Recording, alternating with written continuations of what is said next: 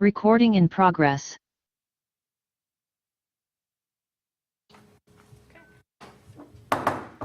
Good evening. Call to order the October 3rd, 2023 Common Council City of Franklin meeting. Madam Clerk, please take the roll. Can I help you? Mayor Nelson, Here. Alderman Hopfer, Present. Alderwoman Eichman, Present. Alderman Hassan, Here. Alderwoman Day, Here. Alderman Barber, Aye. and Alderman Craig. Here. Excellent. Please stand for the Pledge of Allegiance. I pledge allegiance to the flag of the United States of America and to the republic for which it stands, one nation, under God, indivisible, with liberty and justice for all.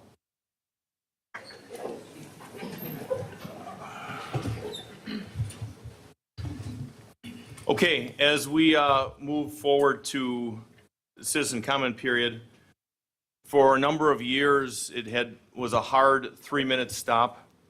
And what we'd like to do in the spirit of respect for everybody's time, we'll have a timed 3-minute mark. You'll be reminded then to please finish your thought, and we'll move on to the next citizen wishing to speak. And we ask that only you speak once in the course of the evening so we can get your thoughts out and give the respect to everybody in the room. With that, move on to item B, citizen comment period. Any citizen wish to come and speak, please state your name and address for the record. Should be on and tested. And please try to keep your comments to 3 minutes. Thank you. Hello, my name is Andy Pelkey. I live at 9320 West Grandview Court. Looking at Andy, can you hit it? kind of is. Yeah, it's on. I'll speak a little closer. How about that? Andy Pelkey, 9320 West Grandview Court. My comment today is about the memorandum of understanding regarding the rock. And I'm happy that I'm not one that's greatly affected by the noise from the rock, but I've heard about it year after year after year, and it's good that there's some progress being made. However, I would like the council to reflect on how we got here. I feel on this issue and other issues, the city as a whole has ignored problems. And ignoring the problems just mean they keep coming back over and over again. In my career doing software development, when somebody calls me with a problem with the software, if I don't fix it right away, then somebody else calls me with the same problem, and repeat and repeat and repeat, and the cost to dealing with the problem goes up. So if you fix it early, then you get to move on to new problems instead of just letting it fester for years and years and years like this issue has. Secondly, I feel that the city has a history of ignoring the facts. And guess what? Ignoring the facts doesn't change the facts. This item on here, like move the speakers so that they point at the audience. I mean, why wasn't this already done? So ignoring the facts, I mean, and trying to use some kind of story to cover up the facts is extremely unhelpful. And I hope that you look at this, again, this solution. I'm glad it's here, and look at how we got here and how long it took to get here, and ask yourself, are we being efficient? Are we being effective? Are we serving the citizens by the way we address these problems? That's all. Thank you very much.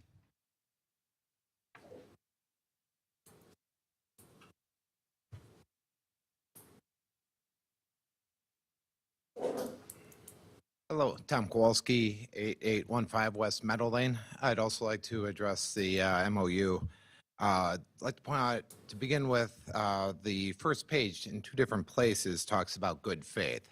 And to go back to the history of everything we've had, I don't think there is good faith anymore. There's been a lot of complaints, a lot of concerns that were raised before the agreements were struck, and weasel words got put in. The word continuous got added to the noise limit, and we've had how many noise complaints, and the police say we can't do anything because they aren't violating the noise level continuously for 30 minutes. Now, this isn't industrial noise the nature of the noise is going to be intermittent. A single break in a song is going to then get them off.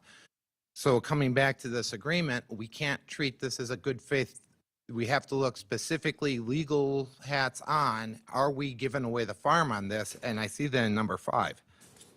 The current way it's written, we will come to an agreement working with, this between the city and the organization, the Rock, to come to an agreed noise rewrite. But if we sign this now, the way it's written, you cannot limit permitting, and that's the only card that Franklin has to come to a reasonable agreement. The only thing we can do is, withhold permits. If the Rock refuses to yield on anything, the way this is written, they get all the permits they want. They never have to make any changes, and they will never violate the noise requirement the way it's written. They could be 120 decibels. As long as there's a half-second break, it doesn't violate it. So you have to look at that. And the other one's number 3, 3 monitors. Where are these located? Can we move them if there's a concern with they're playing games with speakers, or they picked the 3 that were the least concerning? Does the city get to decide which 3 and where they get located? Can they move them if there's a sudden change in how things are going? Just try and make sure that there isn't another good faith change that really isn't. So, all right, thank you. Thank you.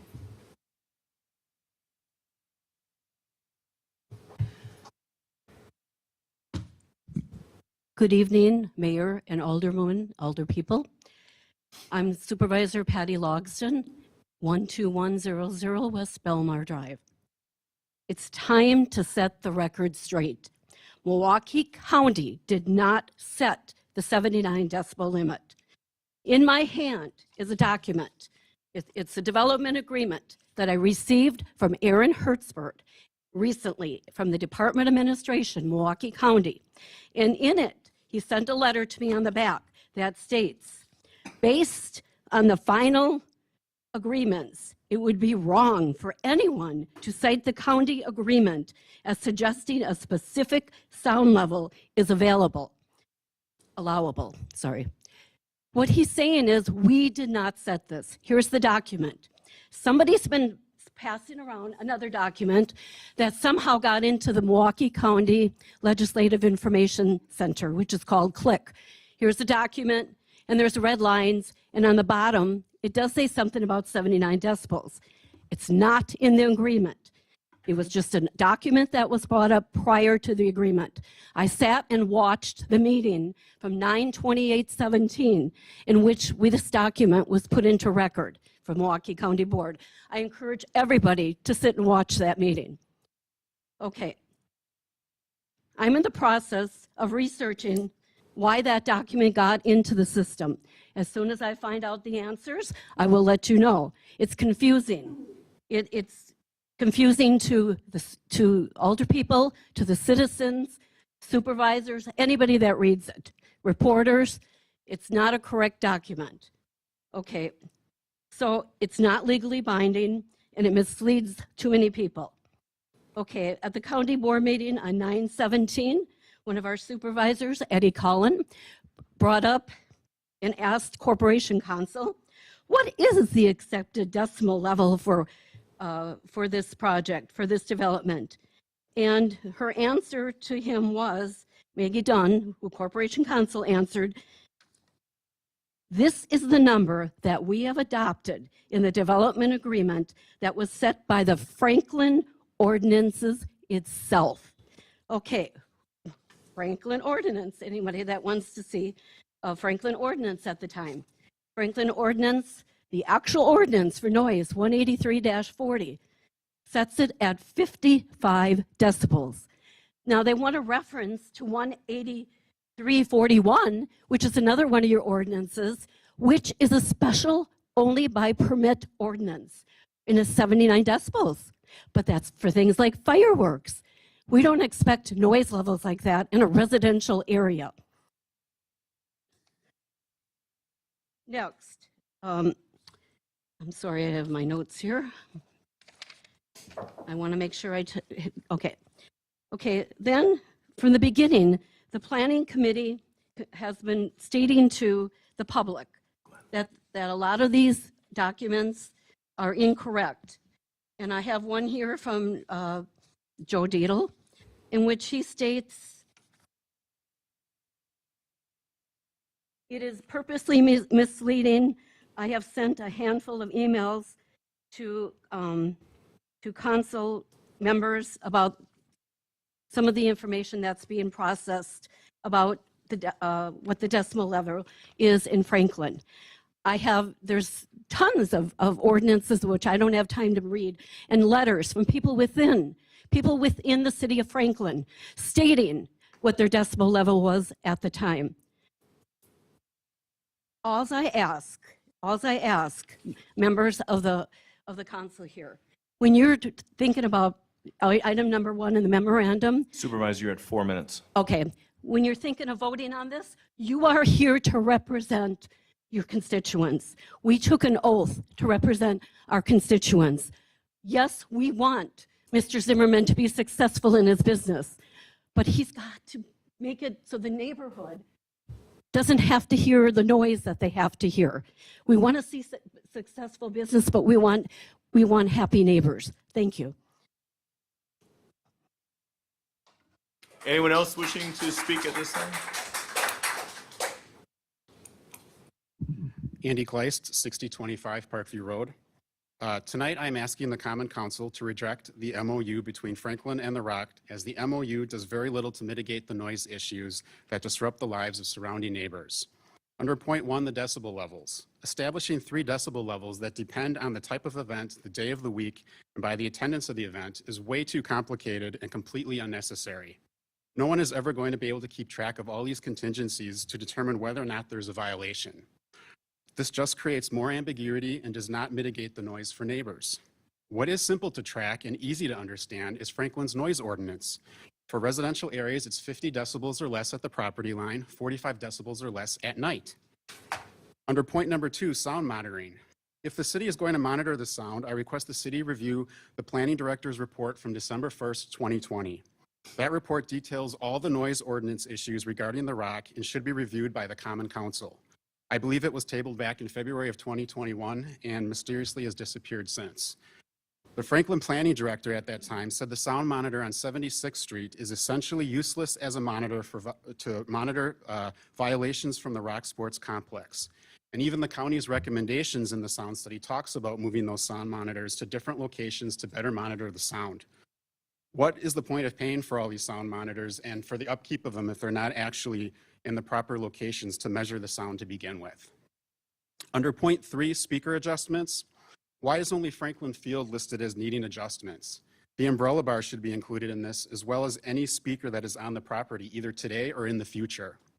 Cherry picking which venues within the complex need to adjust their speakers does not help mitigate the noise for neighbors.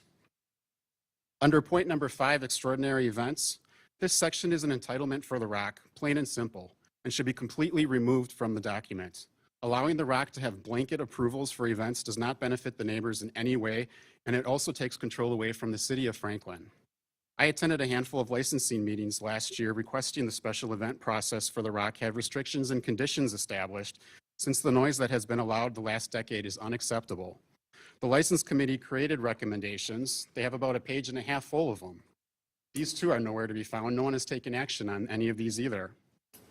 There is consistently no consideration for the impact on families for miles around this development. The noise needs to be abated at the noise abatement property line, which is in the county agreements and follows the city ordinances as presented in the planning director's December 1st report that was tabled. Neighbors surrounding this development in Greendale and Franklin and their elected representatives need to be involved in this process. Closed-door meetings that impact us, my quality of life, my neighbor's quality of life, is unacceptable and negligent. So please reject this MOU tonight and let's use some common sense and look out for the neighbors. Thank you. Mr. Place.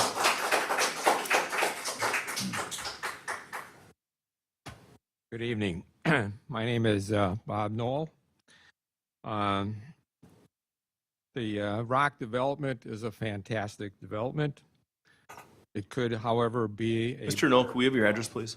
Pardon me? Could we have your address, please, Mr. Oh, yes, 8610 West Hawthorne Lane. We live right next to the Rock Sports Complex. Our backyard abuts the overflow parking area, which is the far west end of the Rock Sports Complex. We have a berm now on the property right next to our lot line.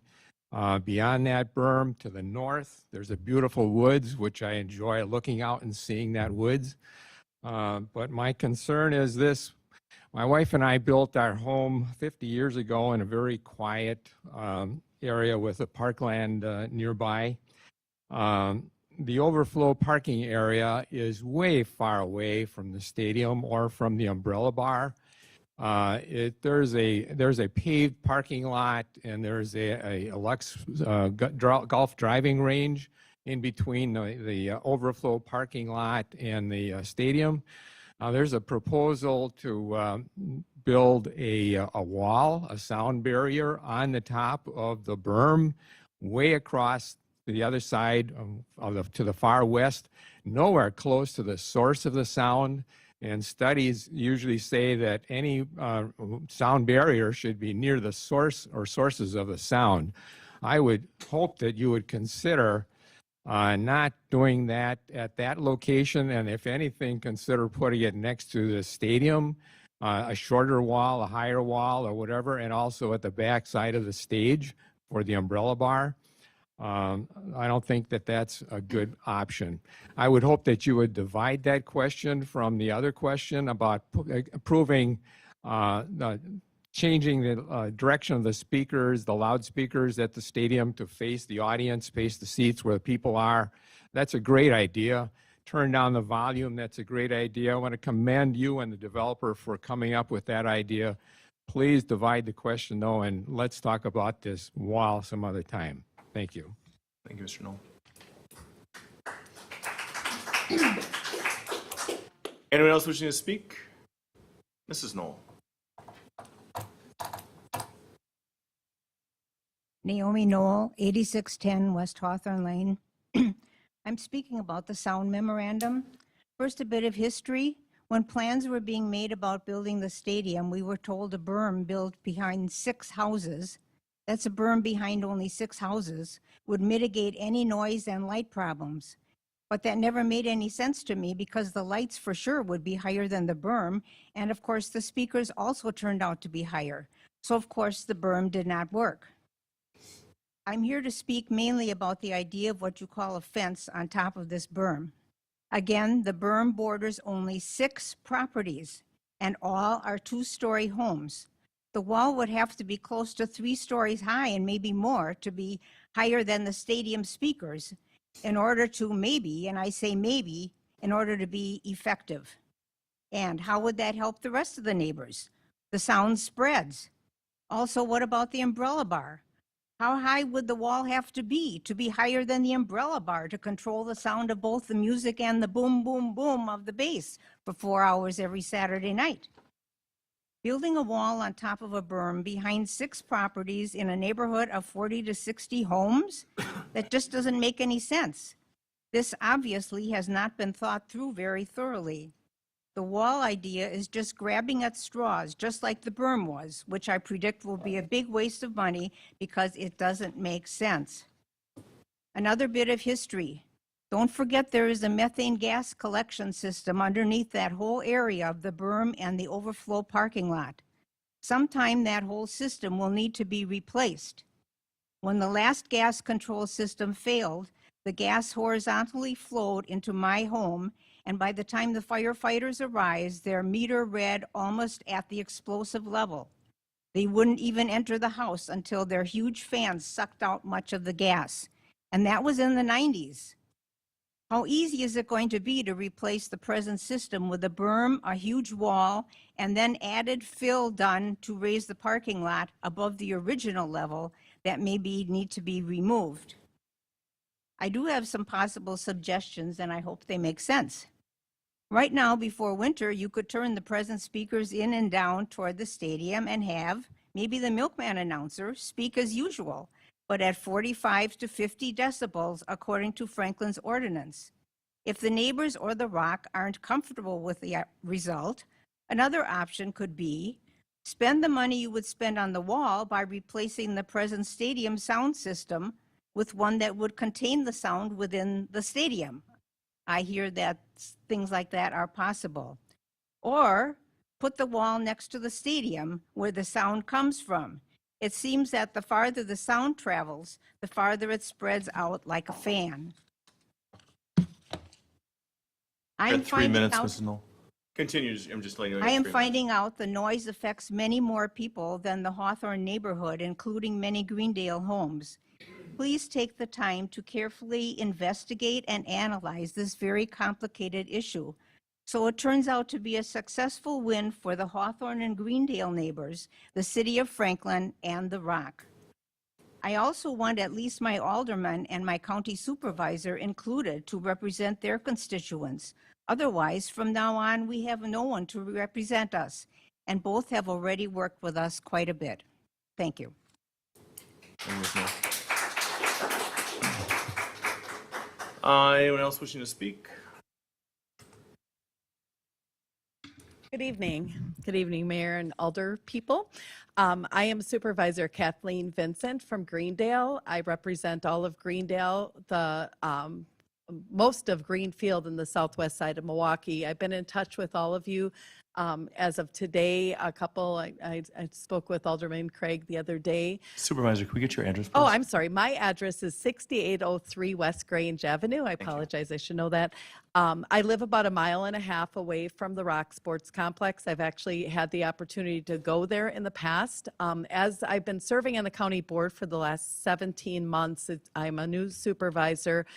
This is a situation that I kind of inherited. The Rock Sports Complex obviously is a good thing for Franklin in terms of development, but my request tonight here before all of you is I've got several residents from my own district of Greendale that have come before you and spoken many times in the past about basically what I would just consider being good neighbors. And I would hope that Franklin would want the same out of Greendale, is that we're just asking for you to consider the lives that are being impacted by the sound. I know the light has been somewhat fixed over the last several years. But I live 1.5 miles away from the Rock. I can actually hear concerts in my own backyard. To me, it's not that big of a deal because I live pretty far away and it's not as loud. But for those people that live in the neighborhoods around, and I have been to the Franklin neighborhoods as well as the Greendale neighborhoods that have been affected, this is something that is impacting people's everyday lives. And so my request, I know we've had a village trustee, Elaine Unger, that's come before you, and I don't know how much she's spoken, but we are just asking for good neighborship. And this is nothing against the Rock personally, but it is something that I'm requesting that there be some transparency in open meetings. I believe county supervisors should be included in meetings that are talking about something that is the result of a deal that was made several years ago with the county. As I said before, the sound is an issue for people. There are ordinances for a reason. I know in Greendale we have ordinances and people have to abide by them. Yes, I've seen it on some of the threads on community page and so forth that people have made comments about some of the concerts we've had in Greendale, but those are well posted and they're not going on every single day. So I'm just reaching out to all of the alder people and to the mayor to ask that we try to come to a resolution that is successful for everyone. I think there can be a happy medium reached here. Some suggestions were mentioned by a prior resident from Franklin as far as just turning speakers inward towards the stadium instead of out towards the neighborhoods. I think that would be a simple first step. But just trying to work together to resolve this. This has been going on for years. For those of you that have served either recently or have been on the board, this is something that you're hearing and fielding calls pretty much on a daily basis about. And so I think it's time that we just work together, come up with a solution, and try to make something that's going to work for everyone. I would like to, say that I will be willing to step up in any way I can to help make this happen, but I don't hold the powers of the ordinances in Franklin. That's up to you guys to do. I do have a brother that lives here in Franklin. He hears it on Winston Way, right in his backyard on a regular basis as well. Is he here? Leroy. No, no, Tom. He doesn't. Where's Leroy? Are you on Winston Way? Oh, yeah, he's on Winston Way. I have his address Brother's your memorized. neighbor. So, but I mean, I think this is something we don't have to be going full circle. We don't have to be in the media. We don't have to have people's lives 4 minutes. completely upset. Am I at 4 minutes? Wow. What is the time limit? 4 minutes? 3 minutes. Okay, I'm over. So let's work together. Let's come up with a solution. And for my residents, I am going to continue to advocate for them. I shot across town from Mequon, and you know it because I texted you right before. I made my effort to get here to let you know this is important. You were to people. flying, by the way, too. I was flying in a work zone. Police are in the back.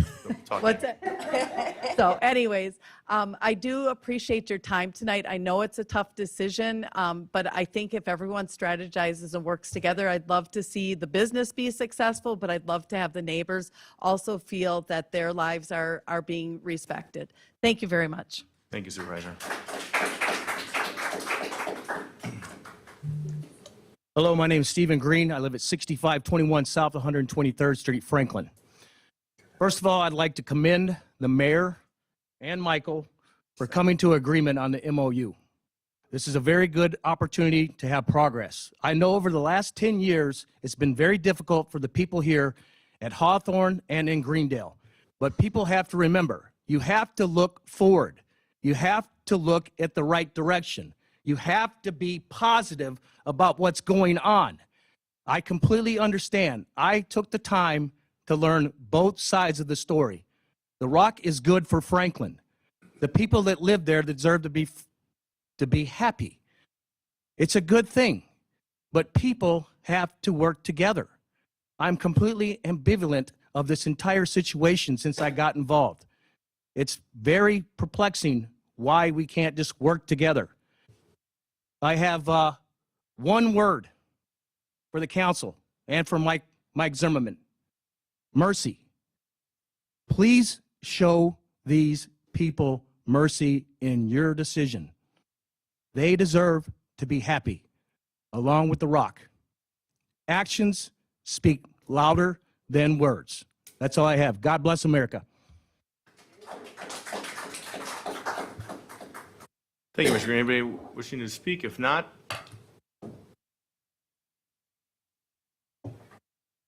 Orville Seamer, 3020 West Acre Avenue, 48-year resident of City of Franklin. First, let me report some good news. This came from the Franklin freshman football team. They beat Greenfield tonight 38-13, and last night they beat Racine Case 48-0. So we got a really good freshman football team. Secondly, we're talking about the Rock here. I know Steve Taylor is sitting here just to my left. Let's be honest about this. Steve Taylor is the problem in this. Steve Taylor is the problem. He has a long history of evictive, retaliatory behavior, and it's going to continue until he gets reined in by Mr. Zimmerman. So, Mr. Zimmerman, I'm asking you to rein in Steve Taylor. Whatever solution the council comes up with tonight or in the future, I would suggest the mayor go on various talk radio shows in Milwaukee because we are getting beat up badly. Franklin, the Common Council, and the mayor is getting beat up very, very badly over this whole issue. So I would go on talk radio. You might get 5 or 10 minutes unfiltered time, and you get to present your case, and I think the people will buy it. So that's my 2 cents worth. Thank you very much. thank you. Anyone else wishing to speak?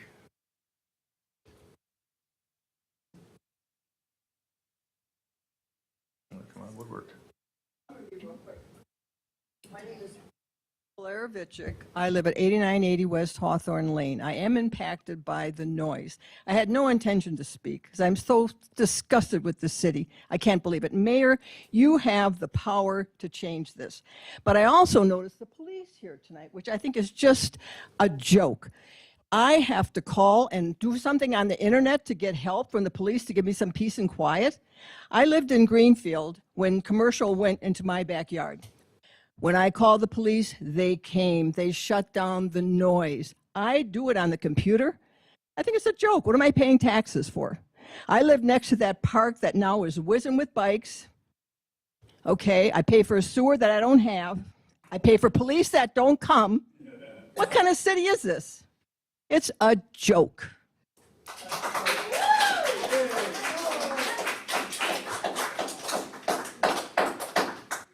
Well, I would never, ever refer to our city as a joke, ever. And I've lived here my entire life, ma'am. I would never refer to this fine city as a joke, ever. Our city is no. The way things are being handled, it's a joke. Well, that's not what was said. Okay? Ma'am, please. Danella McAdams, 8735 West Hawthorne Court. Any development is required to not have an adverse impact on adjacent neighborhoods or other communities. Development is to complement the surrounding areas, not be in direct conflict year after year from May to November. This noise intrusion has been allowed for 10 years for hundreds of events with amplified noise extending for 2 miles, as noted in the May 2023 County Sound Study, page 237. This confirms what citizens have been saying for years. All ordinances, codes, laws, and regulations apply to all businesses. There is not custom zoning to remove the rights of surrounding neighborhoods when a new development is approved. But that is exactly what has occurred here. The question I have for you is, where did the 79 decibels come from? Where are the documents to support that the county approved 79 decibels? The Rock Development Team made misrepresentations to the Plan Commission to not only remove the 2016 Comprehensive Outdoor Sound Study, but replace it with the fictitious idea of the county approving 79 decibels. In a series of statements, we are going to give you proof that the Plan Commission and council decisions were based on what clearly has been fabrications and manipulation. The information of where and how the 79 decibels was established for a facility that has hundreds of events each year is paramount to figuring out the solution to this noise nuisance. No document has been supplied by the county to the city of Franklin indicating the county approved 79 decibels. It was just presented repeatedly by the Rock Development Team that the county approved 79 decibels. What you will be presented with tonight are facts on how the city was encouraged by the Rock team to remove the city-required sound study and replace it with a decibel level 14 decibels above the maximum for any zoning district in the city. 79 decibels is 14 decibels above any district. Even the airport overlay, which the FAA Part 150 General Mitchell Airport Study indicates that 65 decibels is incompatible with residential areas. 79 decibels is 14 decibels above the maximum permitted in industrial and manufacturing districts. 79 decibels is the highest level anywhere within the city. 79 decibels is 39 to 44 decibels above what is allowed for an entertainment district adjacent to residential districts, as noted in Franklin Ordinance 15-3703. So the argument that this entertainment district is allowed at 79 decibels at our homes is monumentally different from any other entertainment district. All other entertainment districts are required to operate at 50 decibels during the day and 35 at night. This facility is presently allowed to be 39 to 44 decibels above that, which is twice the maximum decibel allowance. Furthermore, 79 decibels is 29 to 34 decibels above the maximum allowed in all residential areas. So 79 decibels is the pinnacle of the problem. This decibel level needs to be closely examined and reported on how this came to be. The decibel level in December 1st, 2020 Planning Manager Report states 50 decibels during the day and 40 decibels at night at the property line to residential areas. This report from December 1st, 2020 is a legally binding, unfulfilled directive to have this report turned to the Common Council and include information from the county by February 1st, 2021. If this directive had been fulfilled at that time, we likely would not be in this position 2.5 years later with over 500 events. Following is a paragraph directly from that official Franklin report. It should also be noted that the sound limit of 79 decibels is significantly higher than that permitted in all residential districts, which is 50 decibels during the daytime and 45 at night.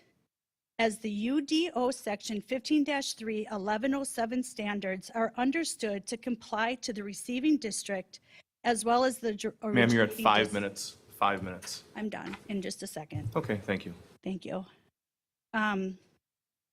All we are asking is to turn down the volume to what the city ordinance of Franklin is. Nobody wants the Rock shut down. We all think that, or I, and I believe my neighbors, nobody has said that it is a bad development. We just want them to be a good neighbor and to turn down the noise so we can all enjoy our homes. Thank you. Thank you.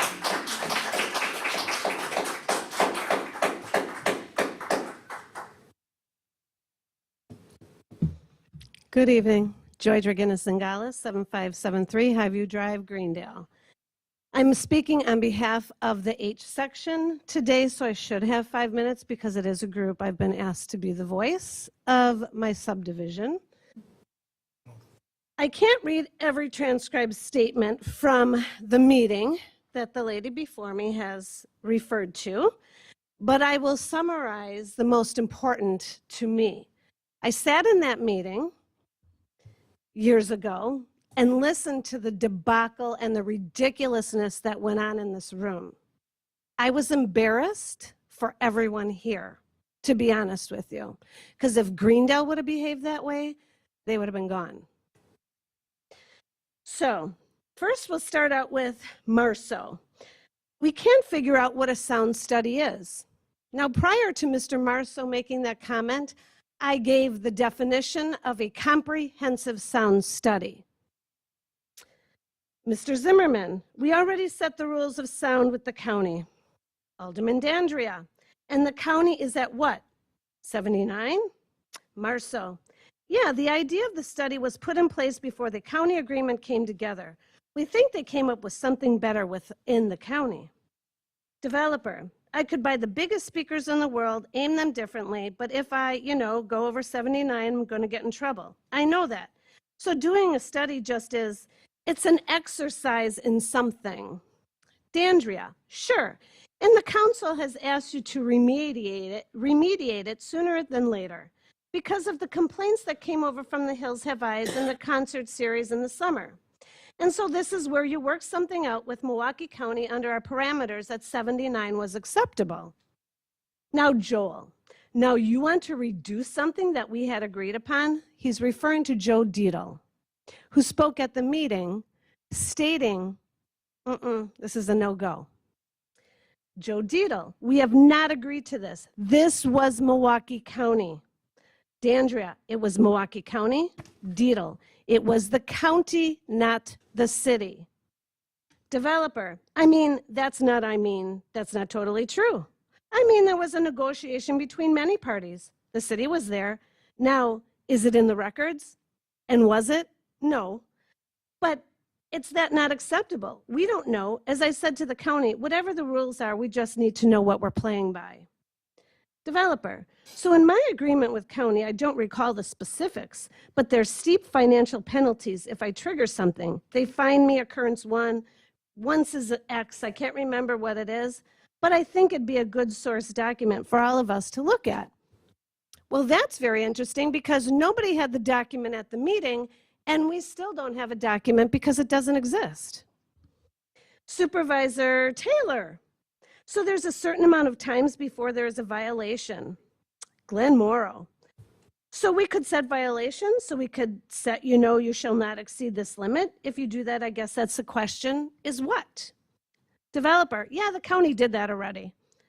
Alderman Taylor, the county did. The county has it all laid out. Dandria, give them a parameter that they have within Milwaukee County, and if it doesn't, if it proves to be excessive, then we revisit. It's already existing. Developer, well, I think, to Jesse, correct me if I'm wrong, but if you guys adopted, as part of our developers agreement, adopted the county, my agreement with the county, in essence, but we've already set the rules. Is that a fair statement? Attorney Jesse, in part, but the requirements of all of the approvals also included sound and light studies. Developer, right, but there was a limited number of other things we did. And again, when we put all those together, those 40 conditions in, the context was different. Attorney Jesse, but I don't know that within the city there was a study of all the exact applications of the county requirements, point by point by point, and how that would interact with the results of the study. So there is more that I would like this actually submitted into the record if we could, but you can also go back to the meeting, which we do have on a jump drive if it's no longer at the city, to share with you if you need. First of all, 79 decibels was never approved at the county. We've asked for the document a million times. It can't be produced because it didn't happen. It was spoken about, but it never was voted on and approved. The county doesn't have the right to do that within the state statutes. That's number one.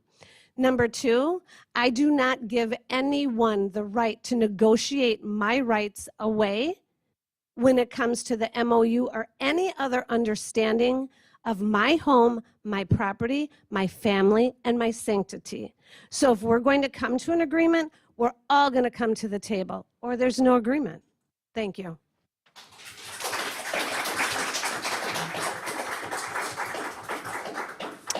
Dana Gint, 9011 West Hawthorne Lane.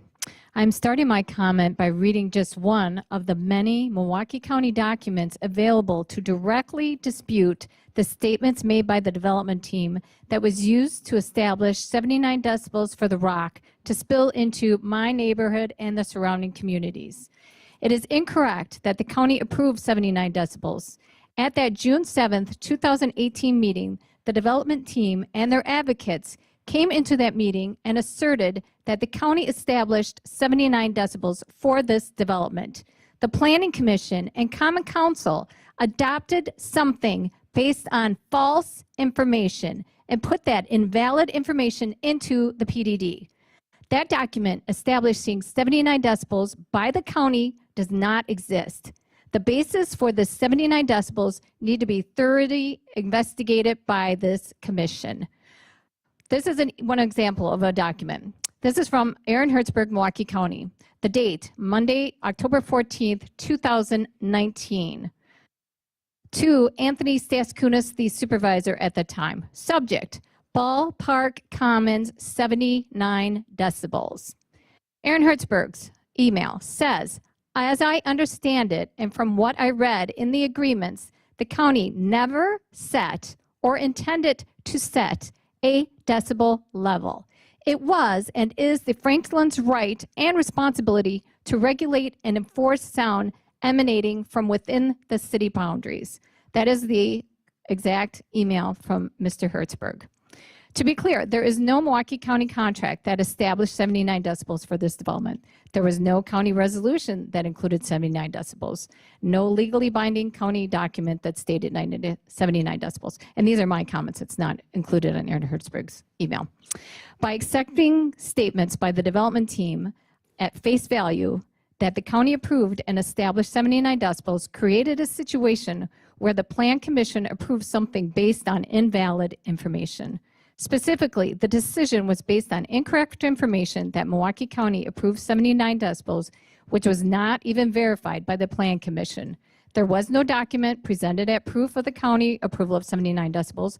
Furthermore, there was no state regulations presented allowing the county to interfere, circumvent, or interpret local ordinances and establish 79 decibels as presented by the development team. The audio for the June 7, 2018 audio is available to the public. It is tape 8 of 9, which starts around midnight of that evening, by the way. This tape needs to be scrutinized to gain a better understanding of how 79 decibels was created for this development. Many citizens, numerous years, have brought this to the attention of this paramount issue of 79 decibels. Elected officials and staff have the responsibility to listen to the audio recordings and review all relevant documents prior to taking any binding action to mitigate the noise, including any type of memorandum of understanding. The May 1st, 2023 Franklin Committee of the Whole, the planning advocate indicated he was not 100% sure where the 79 decibels came from. Therefore, there's obviously a tremendous amount of information that needs to be researched, evaluated, and reported about this facility being allowed to harm surrounding neighborhoods for hundreds of days a year by noise nuisance trespass at 79 decibels. 79 decibels is 14 to 44 decibels above any other maximum decibel allowance within the city in any zoning district. In addition, the Planning Commission motion should be reviewed. It contains no language about 79 decibels, but resulted in being added to the PDD based on discussion only. However, the motion did include a one-year review after occupancy, but that 2018 motion still lingers as an open, unfulfilled directive included in the PDD. No action has been taken on this legislative directive that was required by June 2020. Over 500 events with 4 to 10 hours of amplified noise can be heard in my home since then. There are at least 2 additional directives from the Common Council that the Council can fulfill. It is required by state law, Section 6902, for the mayor to follow through on the directives of the body. These open, legally binding, unfulfilled directives include the following: the one-year revisit of the decibel levels as required under the PDD, the December 1st, 2020 motion to return to bring a report back in conjunction with county information that was collected and verified. The December 1st, 2020 document clearly indicates the correct decibel at the property line is not 79 decibels, it is 50. These should be enforced, that should have been enforced and implemented in February of 2021. And then other documents that should be fulfilled. The 2 pages of the License Committee recommendations regarding noise issues at the Rock, which was created in February 2021. And the Environmental Commission also created a resolution of recommendations to mitigate the noise. All these documents are in oblivion. I don't know. I don't understand why do we even have commissions if they make recommendations and they don't come to this body? There's a handful of documents and reports at the county that verify all the misinformation regarding the 79 decibels was presented to the Plan Commission and Common Council. The council needs to understand the facts within the county document, Exhibit C, and stop multiplying incorrect information that allows events to disrupt our neighborhood for 30 consecutive minutes because of some faulty interpretation and manipulation. Correct the errors and injustices that have been occurred and apply your own ordinances as required by law. Do not pass this MOU based on incorrect, unverified information. Dana, you're at 6. Okay, thank you. And puts the city residents at further disadvantage and harm. You don't need to negotiate new terms. Use the council directives, that motions and actions that have been lingering and not fulfilled for years. Use the PDD document to fulfill the promises to citizens. Right now, you need to correct the false information and evaluate how 79 decibels has been allowed into the surrounding neighborhoods to destroy all our quality of life issues. Turn the speakers in and turn it down. This is a tort that has been enabled, sponsored, and financed by the government of the city of Franklin. This tort requires immediate action. Thank you.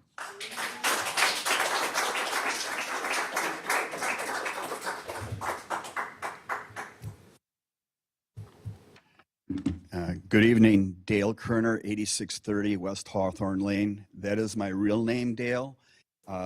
It's not terrorist, it's not NIMBY, it's not Ucker.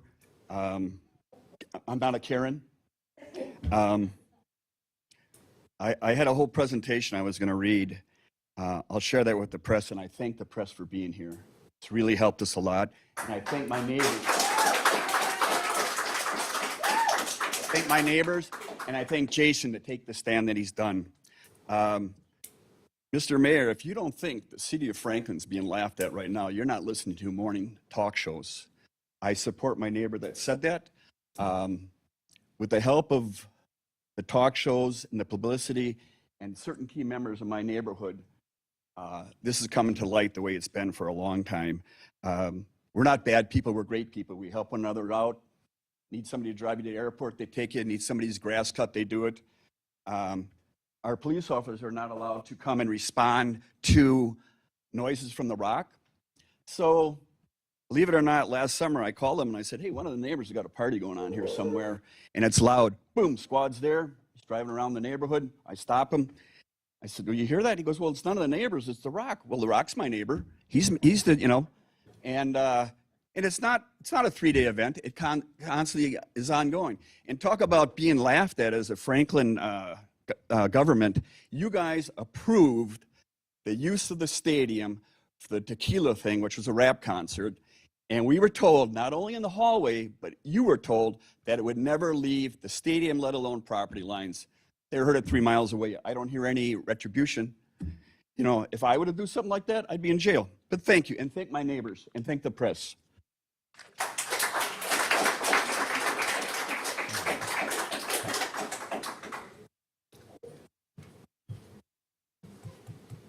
Good evening, Rich Busalaki, 7772 Tuckaway Shores Drive.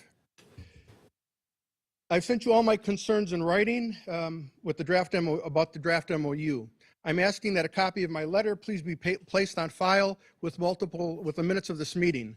My recommendations center around the lack of details and vagueness of the MOU. You can review the details in my letter to you at your time.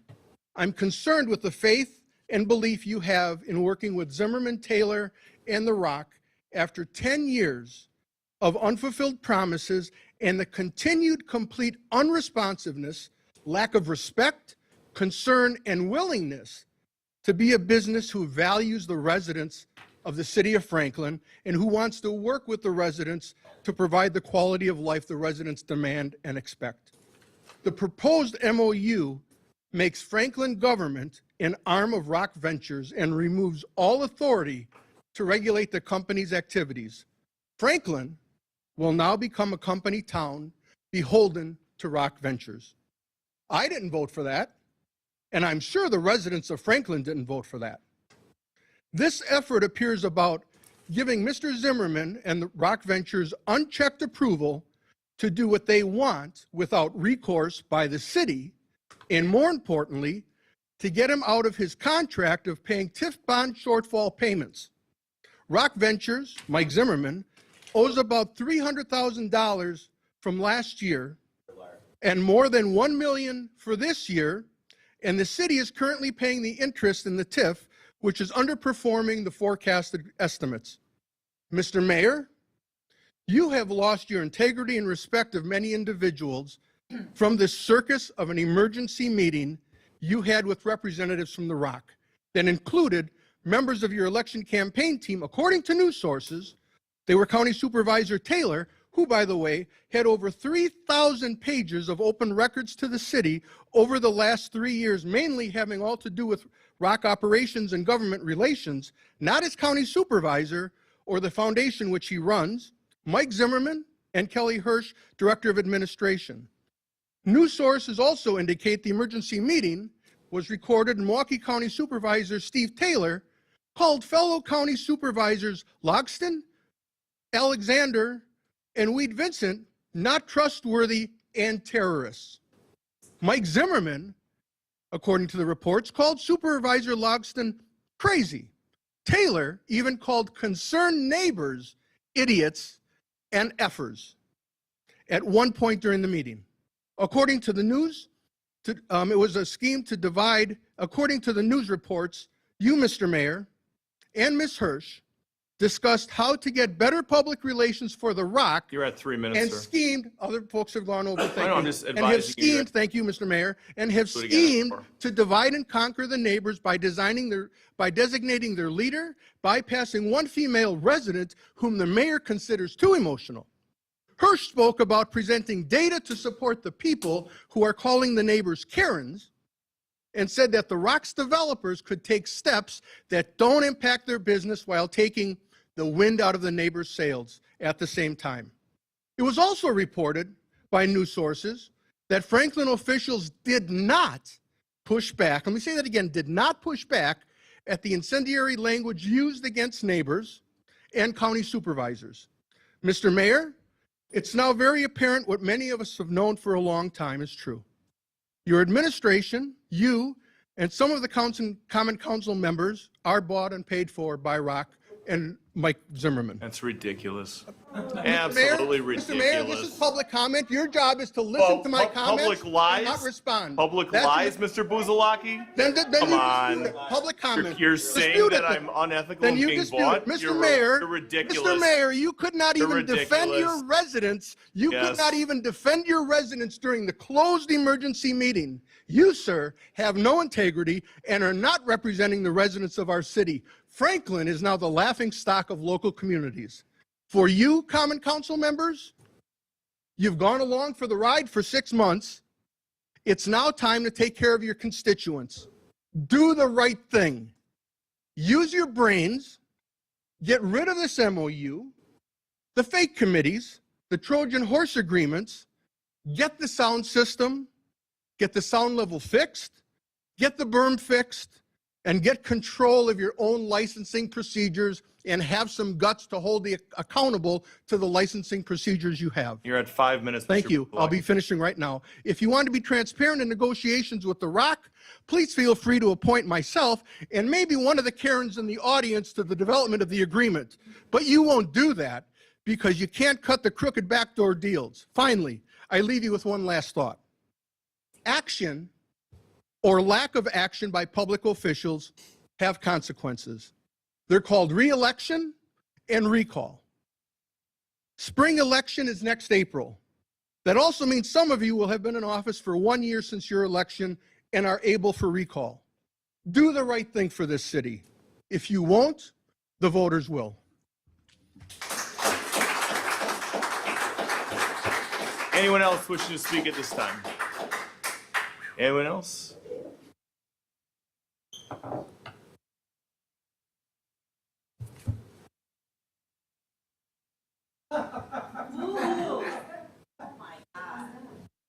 Leroy Lewandowski, 8030 West Winston Way, Winston, remember? Winston Way. Yeah.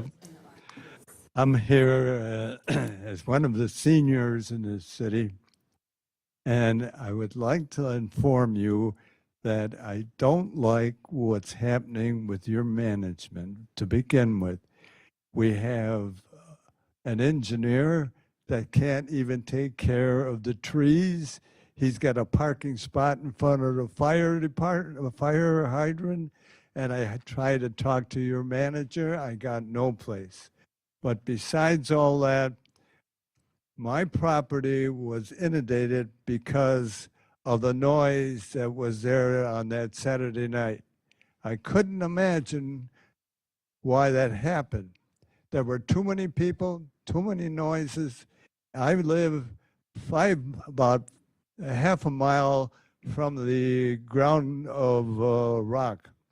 And it just could not be possible that it would come through my brick walls and windows. And the lady across the street, she's 90 years old, and it scared the heck out of her. Please, we have to do something, and I don't like the idea of putting something on top of the berm, because the berm is a disaster. I was in a hospital, and the nurse came to me, and she told me that her property with that berm was getting flooded out from the rainfall, would drop right down into her backyard and into her basement. So any construction of that berm should not be handled. It should be, the issue should be where the noise starts at the microphone and stopped right there. But there is all these things about, one of the things, but people don't understand what The Rock means. The Rock means return unto the citizens. Community. Mike Zimmerman has done a terrific job in a way. He's a friend of mine, but I don't like what happened with the noise. I appreciate that something can be done, but I don't know what the document was. I don't have a copy of what this people are talking about, these documents. I feel that I'm in a city that I don't have any power to do anything. Even the police department cannot stop the car that has gone through the stop sign for 30 years. I asked the alderwoman to do something, didn't do it. But, and then I got into trouble with Steve Taylor. And I think that that was the most ridiculous thing that you ever want to heard. And the cops let him get away with it. The chief is sitting back here. That's ridiculous. But I want you to know that Mike really has good intentions. There's sometimes, but I blame the city. I blame you. I blame the manager. You people aren't taking good care of us. I'm 95 years old, and I don't like putting up with some of this stuff. So whatever goes on, do not try to force it on the outside. Start where the mic is. That's where it belongs, Thank you, Larry. engineering-wise.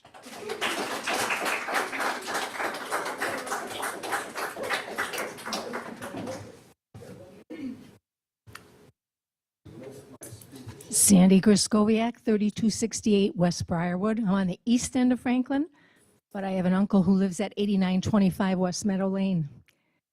He's in those last months of his life, and being there, I'm just shocked at what that neighborhood is going through. I have friends all over this county, and when people in Hales Corners tell me they're hearing things, and people behind Pick and Save down the road on 76 said, I'm visiting, and I go, you can hear that here? I'm shocked. Let me ask you this question. How many of you remember the 41 Twin Drive-In? Do you know I've been in Franklin long enough to remember when that was a noise problem? There were speakers that hung up to your window. And the people at the Apple Orchard on 31st and Drexel complained like all get out. And you know what happened to that noise? It reduced right away. It didn't carry on for 10 years. I can't understand. I agree with these people who are complaining. I'm embarrassed to say I've lived here since the 70s because I don't see a good direction here. I'm embarrassed that Dan O'Donnell, Vicky on 1130, Channel 6, Channel 12 is constantly throwing Franklin, and it's not a good image for Franklin. I mention when I'm out in Waukesha that I live in Franklin, they go, oh, you live where all that noise is, huh?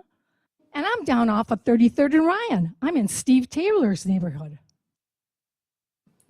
Yeah, hi, Steve. I'm just saying, we've got to do something about this. This is ridiculous. This problem shouldn't have gone this far.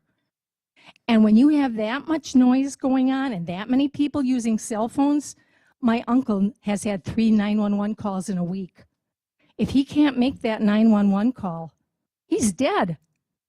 So come on, let's be considerate of the people who have lived here all their lives. They deserve that much. Thank you. Thank you, ma'am. Anyone else wishing to speak? Seeing no one. Cool. Oh, Debbie Davis at the buzzer. Debbie Davis, 9460 South 96th Street.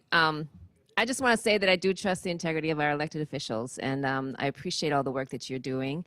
And I think the MOU could have been, planned in with really good intent. But I do think everything we've been through with the past administration, that and a lot of history in general in Franklin, that I think the more direct route is to go with those active directives that were mentioned by previous speakers. There was a planned review of the PDD that's overdue. There was the motion in December to review the report, share it with the county, collaborate with the county about what the best parameters are for noise. I agree with the speaker who's concerned about the berms. I mean, that probably goes into the research in terms of the water and stuff, but I wouldn't want us to pay for that in tax dollars. And I do think that, changing the speakers and lowering the volume should do the trick. I'd like to think. I don't know if any of you have been to the stadium in Oconomowoc, but I've heard that if you're in the parking lot, you can't hear what's going on. So I think that I just think the resolution isn't very complicated, and we should just take the most direct path possible rather than the MOU. Thank you.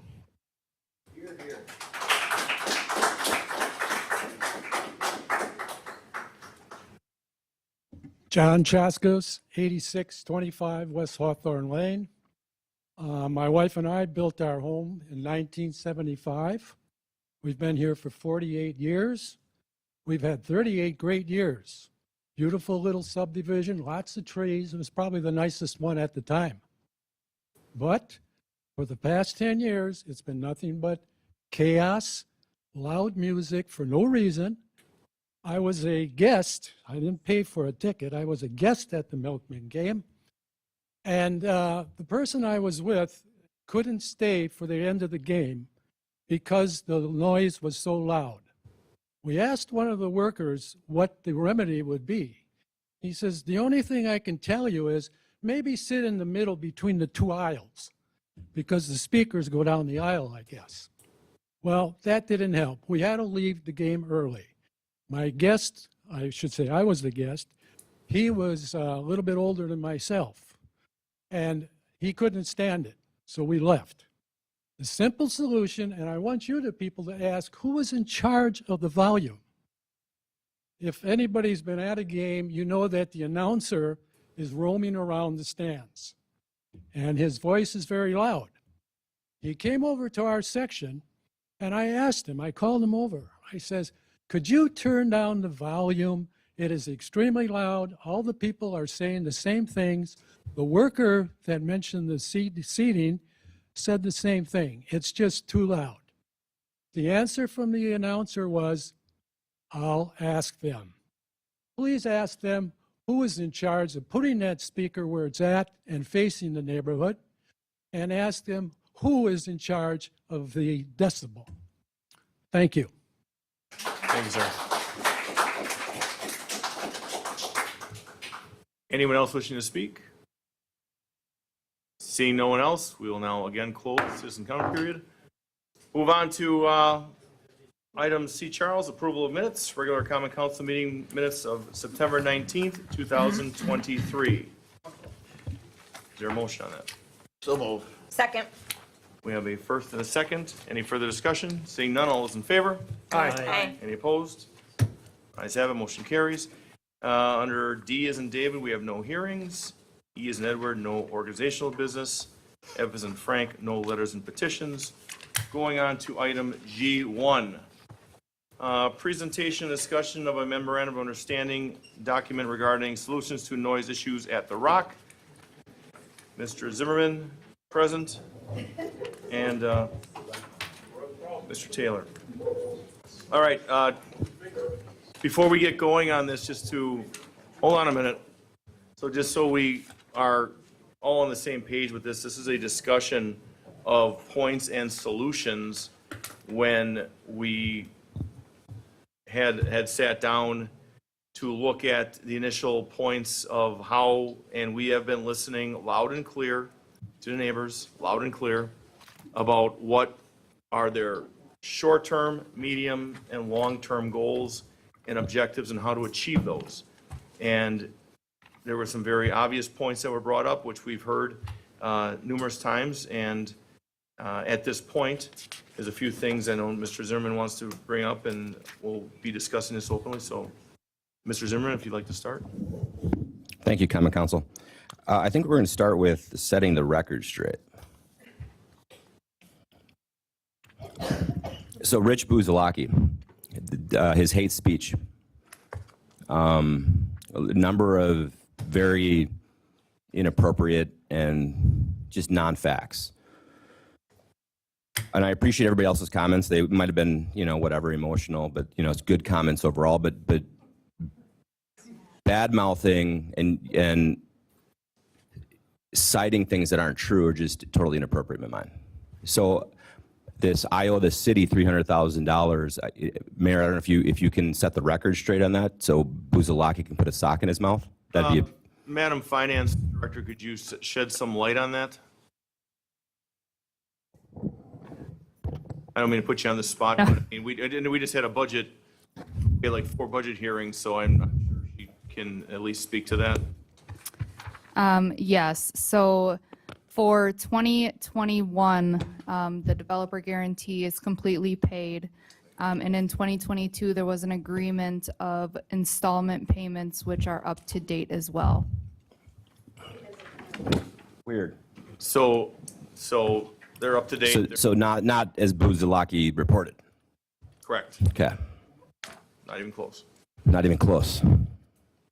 I think the other issue is this issue, Steve, I'll let you talk about this conflict of interest that I think has gone misunderstood. But I think we need to talk a little bit about Steve's role and why he's here and his conflict of interest so that we can clear that piece up too. Thank you, members of the Common Council. I'm going to read to you a letter that I sent to the chairwoman of the county board and the county clerk on May 13th, 2022. I write to inform you of my current employment, potential conflicts of interest, and my request to be noted as abstaining regarding certain votes and debates until I prove further notice. As you're aware, I returned to the county board service this past April. During my short hiatus from public service, I became employed by Rock Foundation, The Rock, as the executive director. As you're also aware, issues concerning The Rock, including but not limited to a sound study, continue to come before the county board. As I continue to be employed by Rock Foundation, I have a conflict of interest regarding any matter that comes before the county board regarding The Rock. As such, I respectfully write today to notify you of the conflict, inform you that I will not be voting or participating in any debate regarding Rock-related items, and to request that I be noted as abstaining from all matters that come before the board or any subcommittee involving The Rock. I will note my abstentions on the record at the appropriate time, but I wanted to make this proactive notice. You may attach this correspondence in your discretion to any file and/or publicize it in any other manner you deem appropriate. As always, I stand for transparency and accountability in government. Please note that by copy of this letter, I'm also disclosing my conflict of interest to the county executive, the Office of Corporation Counsel, the Ethics Board, the Audit Division of the Comptroller's Office, and my board colleagues. This was CC'd to the Milwaukee County Board of Supervisors. So 2 of my colleagues have had this. They're in this room since May of 2022. It was sent to David Crowley. It was sent to Maggie Dawn, head of Corporation Counsel. It was sent to Adam Gilmore, who's the head of county ethics, and Jennifer Folliard, who's the audit director. And in that period of time, and I know my good buddy Orville Seamer has 3 open records requests right now. 4. Well, I guess I missed today's email. You're not going to find anything because I have distanced myself. Why? Because of where I work. That doesn't mean I need to distance myself from my job. So, Hold on. on what? Which one? I'm not going to talk to this Right, if goof. we can just keep this right here, thank you. Yeah, so there's the whole conflict of interest that talk radio and bloggers and want to write about, and that's fine, but like, keep on digging because there's nothing there because I know the difference. And this document that you just read was passed out now to members of the council. Thank you. Okay, let's also talk about this, this comment and this perception that, The Rock hasn't done anything, that we've been, silent for the last decade. That's just complete ignorance. So I want to, Please. well, it's no just the comment. definition of ignorance. So we're going to review the facts. Joy. So, what's that? We're right here. We're right here. I called her name. Well, if we have to, we got the police, we got to, Yeah, you're this not order, we're looking at, Before you talk to my wife like that. well, I called her name, Mayor. Apparently, he's insulted by that. you know, so, Oh, it's a tone? Got okay, it. so what we're Got going to it. do is continue, to have order here. Mr. Zimmerman has the floor. He's on the agenda item G1. All right, back to the things that have been done. So this agreement that we think doesn't exist, it does exist. How it came to be, there's different perceptions, but we do have light and sound addendum. The history on that is we were chasing multiple or different decibel levels in the city, different light ordinances in the city between Greendale and Franklin. So we asked to just get on the same page and get, let's just set some metrics. So there was a meeting that included Maggie Dawn, myself, Steve, Tony Stiskunis, Chris Abley, Steve Olson, and Todd Michaels. And what came out of that, and it's documented, whether or not the city lost it or people can't find it, we certainly can give you guys copies if that'd be helpful. It does state that within our PDD, we can go up to 79 decibels. It also required us to install light shields on all of the baseball fields, which we did. It also said that we would install LED lights as that technology was coming into play at that time, which we've done both at the stadium and at Lux, as well as the installation of sound monitors. So each part of the business has also undergone changes. So Hill Has Eyes, which we talk a lot about, we've changed a lot there. We went from 22 nights down to 10 nights. We relocated most of the haunt from the ski hill to the pit. We also relocated the DJ, the bar, the party tent, which was on a hill down in the pit. We adjusted closing hours. We adjusted ticketing time, and a lot of this stuff came out of the, it was actually one of the benefits of COVID. We adjusted the bar time in the pit to midnight closure. We relocated an entire trail following the DNR direction, and we have yet to have any sound violation for the record. And Well, he's got the floor, ladies and gentlemen, please. fireworks. So there are a number of things with fireworks in our PDD. It allows for us to do a certain number of them. The benefit of the pitch clock this year has made the fireworks go off earlier. We did have one incident at the Umbrella Bar on the 4th of July that was not permitted. So we do admit that. And then this concept around Lux not having a permit, that was also an extraordinary permit, which we were permitted for. The concert series. So we used to have concerts that went to midnight. They now go till 10:30. We had one noise violation. We run sound checks. We put in all of the with the contracts with the bands that they have to also meet the decibel levels. So all of that change has been made. There's also been a lot of work with the food trucks. Not that I don't think people care that much about it, but there was bands. Now we just do acoustic. So to suggest, and then there's the Milky Way Drive-In as a reminder, Mayor, which you sponsored, if you recall. So we used to broadcast out into the parking lot. We don't do that now. It's all over the car radio. So this idea and this notion that we haven't done anything for the last decade it's just false. We did, however, when we did offer to pay for the sound study, the $50,000 sound study that's in Heath's memo, the then Common Council rejected that. We then opted to wait for the county to complete their sound study.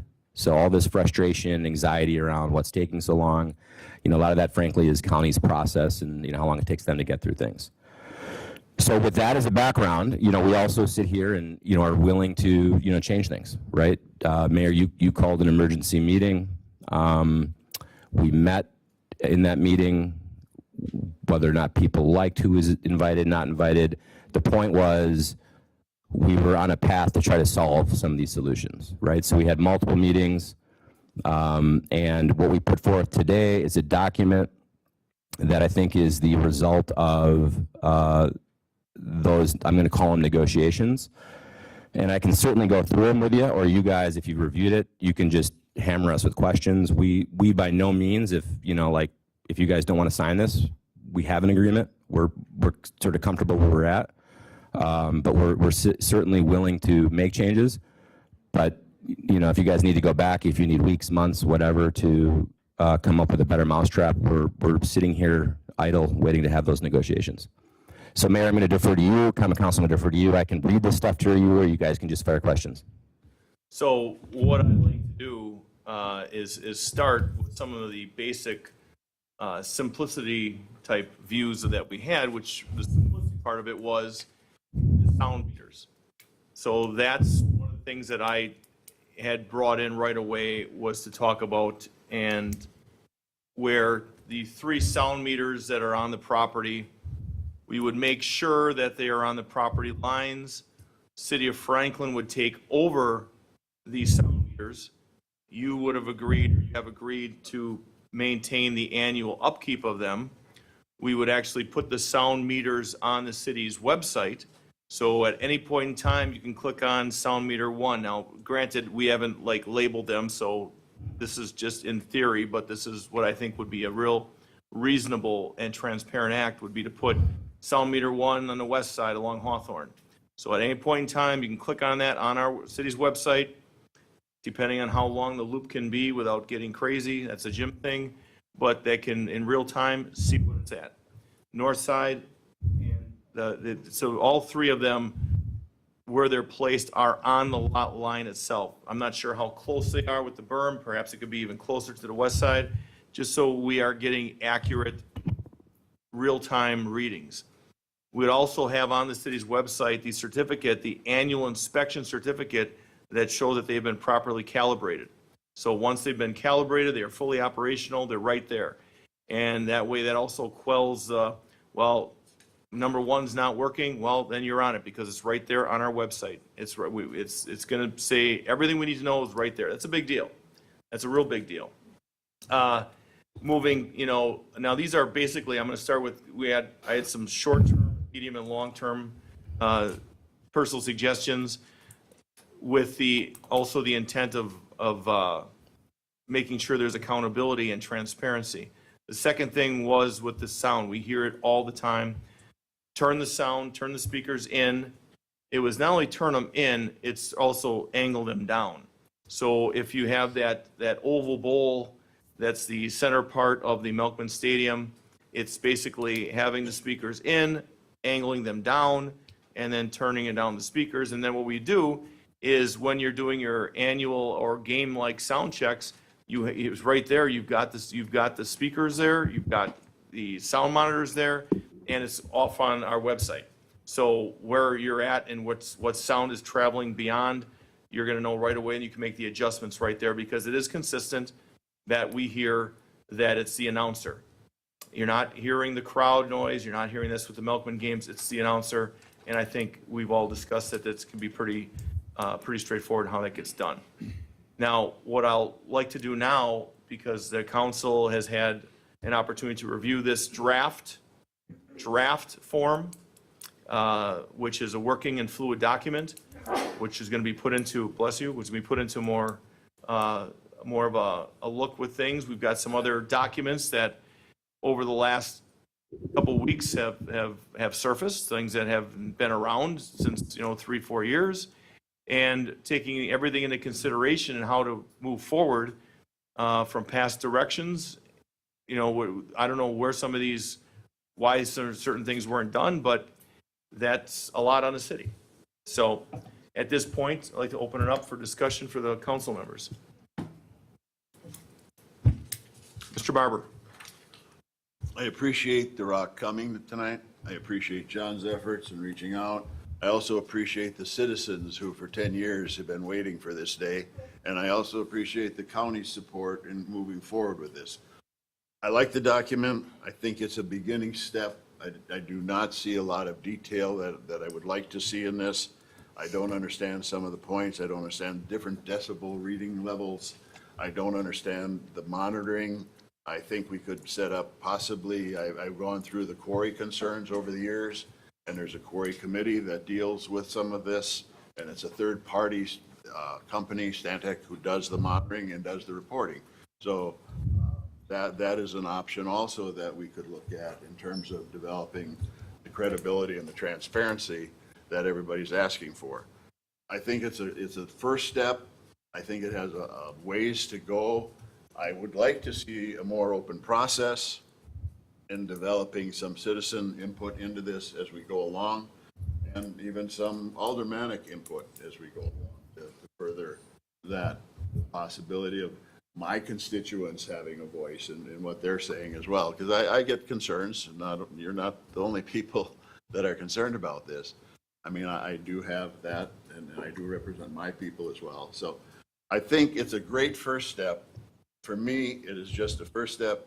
I'm not going to rush to judgment on it because I'd like to see it developed, and I'd like to see content put into it that everybody can agree to, and that helps everybody along the way. I do not look for a document before the next milkman season.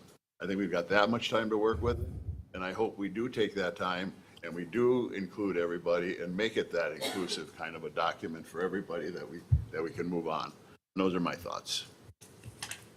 Thank you, Mr. Barber. And to rebut a little bit on that, or to comment on that, is that's exactly the pathway that we're going to be taking.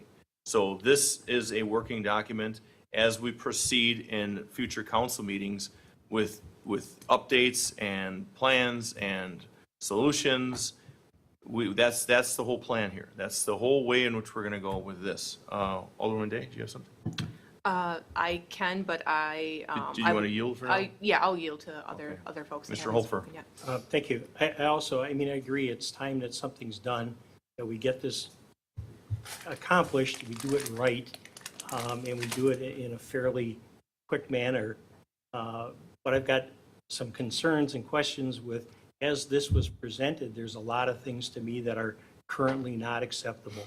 So the first paragraph where it says the parties seek to establish a set of new binding terms for sound mitigation, in which Rock Ventures and the city will exchange current agreements in the existing PDD. Okay, so we're talking sound mitigation. The next paragraph, it says enter into a new PDD in which the parties will operate and govern Ballpark Commons District. And then again in paragraph 5 under extraordinary events, number 5, again, is outlined in new PDD. I don't know that we need to open the entire PDD if we're looking at targeted solutions for the issues that have been raised. To me, opening up the whole thing and say we're going to have a brand new PDD that's a slippery slope that I'm not interested in going down.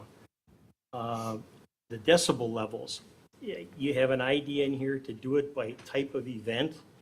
I guess I can understand the reasoning, but my preference would be by decibel level only, so that it wouldn't matter what kind of event it is. This is the max that you can do. And it works for other places and other venues. So that would be one thing for me. And then Rock Ventures agrees to adjust and angle all the speakers within Franklin Field towards the seating areas.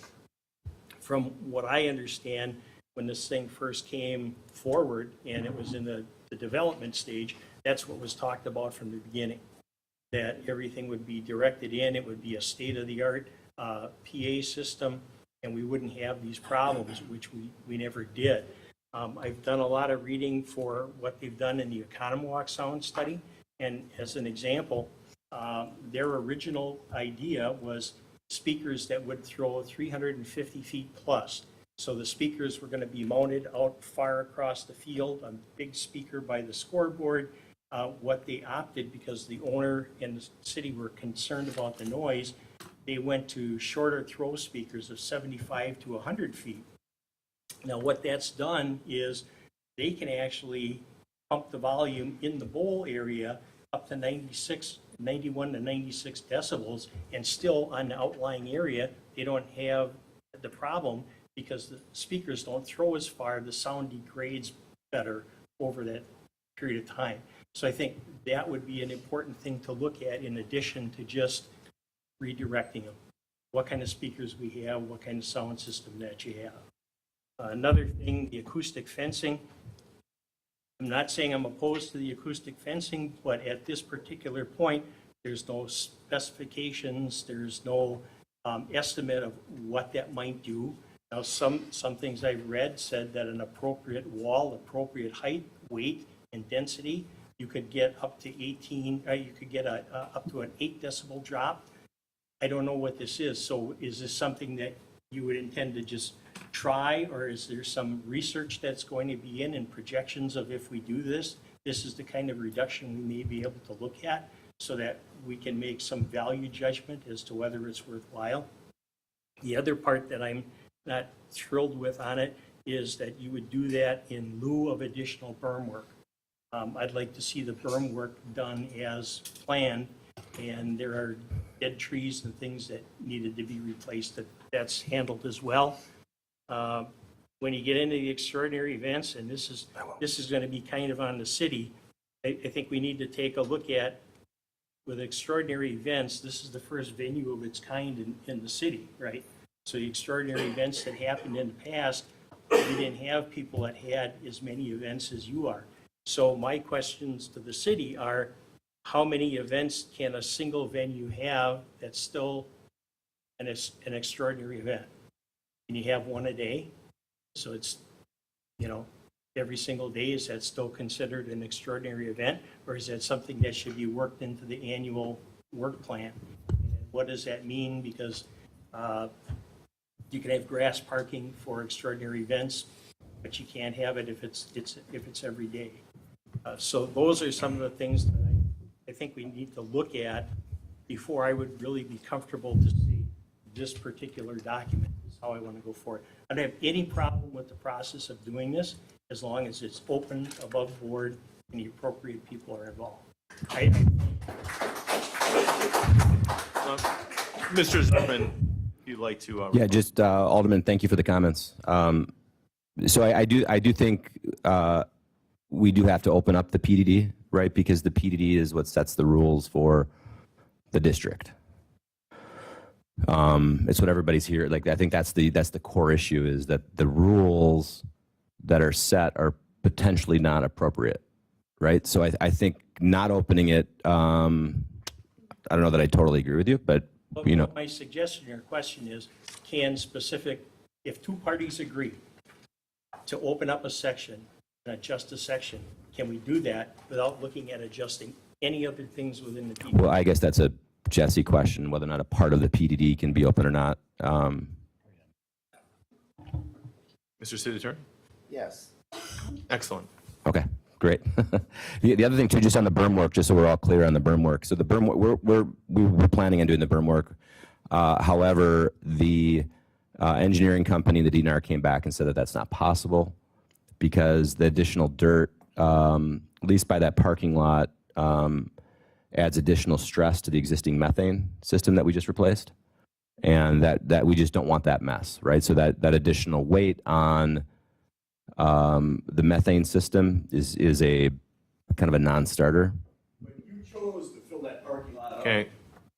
Hold on. Mr. Zimmerman, you still have the floor. It's not open mic? Not open mic night. Okay. All right, what else did you say? And one thing that Yeah. I have written down, I'm sorry, I forgot to mention, I'm not in love with the idea of a cost-sharing agreement. Sure, I get that. I think the other just sort of threshold piece that you talked about is, the Dockhound Stadium. Well, I appreciate that. I mean, I think there's some really good comments that you made on that. I just, the issue, they're not in an entertainment district, right? So the entire investment thesis, everybody that, the city included, everybody that came in on this project was grounded in that this is an entertainment district. And our PDD calls for concerts, baseball games, all this stuff, right? We've committed to that. So I think, again, while I appreciate that as an example, something we can learn from, it's just fundamentally, it's just a different product. They appreciate the point. They do take into account concerts, perhaps not as many as you. That's at the concert level. they said that the farthest seats away can get 96 decibels. Yeah, no, I think like, listen, I'm with you. It's just fundamentally different. But I mean, for their concerts that they're doing, understand Right. you're more encompassing. Right. I think some of the, I agree with you. Yeah, that I would agree with you on. That's it. Alderman Eichman, you have your hand up? No, not yet. No. Okay, Alderman Craig. My first question actually is for the city attorney. This is for discussion only. Is there no action to be taken or could be taken on this item as presented? The action sheet, which citizens and the public have read, states for discussion only. So my common language understanding thought is that no action can be taken Okay. I want to at first. this meeting. Oh. And bring it back for the special meeting Tuesday. Very good. I want to start off by saying that, as echoing a lot of the other sentiments, that this is a really good first step. And this is a very good place to begin. I also am a little hesitant because everything's so ill-defined, that there isn't those hard numbers and being able to have those details where, usually that's where the devil lives, right, is in the details. And those are some of those things, and we've talked about how there may be some things that the city will propose that you say, that doesn't work for me. I'm not really interested in that, and I get that. And I'd also like to just make a statement for everyone that's involved here, that I believe that everyone wants what's best for everyone, that this is not a binary sort of situation. You're not for the rock and against the neighbors. You're not for the neighbors and against the rock. I think it's very much of, we want everyone to be successful in this. We want the rock to grow. We want the rock to have really fun programming and great events and being able to gather people from Hales Corners and Greenfield and Greendale to be part of this, and not just a, if you're on our team, you're on our team and that's it. I think it's very much something where everyone needs to be involved as far as that goes. That being said, that it is something where there is a lot of concern and it does need to be kind of given the focus that it deserves as far as what those residents are going through, have gone through, and moving forward on how to make this better. I am, to echo a lot of what Alderman Holfer was saying about making sure that, some of these things are, and, we've had discussions as far as the numbers. What do they look like? How does this work? I'm really looking forward to seeing a much more refined version of this, where we're able to say, is this something where both sides feel that it's a win for everyone involved? But I don't see it there right now in this instance of what's currently presented to us. So I look forward to it getting better, and I look forward to the growth that will come. Mr. Taylor. Thank you, Your Honor. It says draft right on the top of this document. I mean, I don't think it was ever intended for the council to take any sort of action tonight. No. This was a document that was worked on, that was brought to you, for full discussion. It was put on the website so residents could see and chime in. I mean, that's what this is. I mean, the milkman season is not until May. All right. So if we want this done right, this is going to take some time.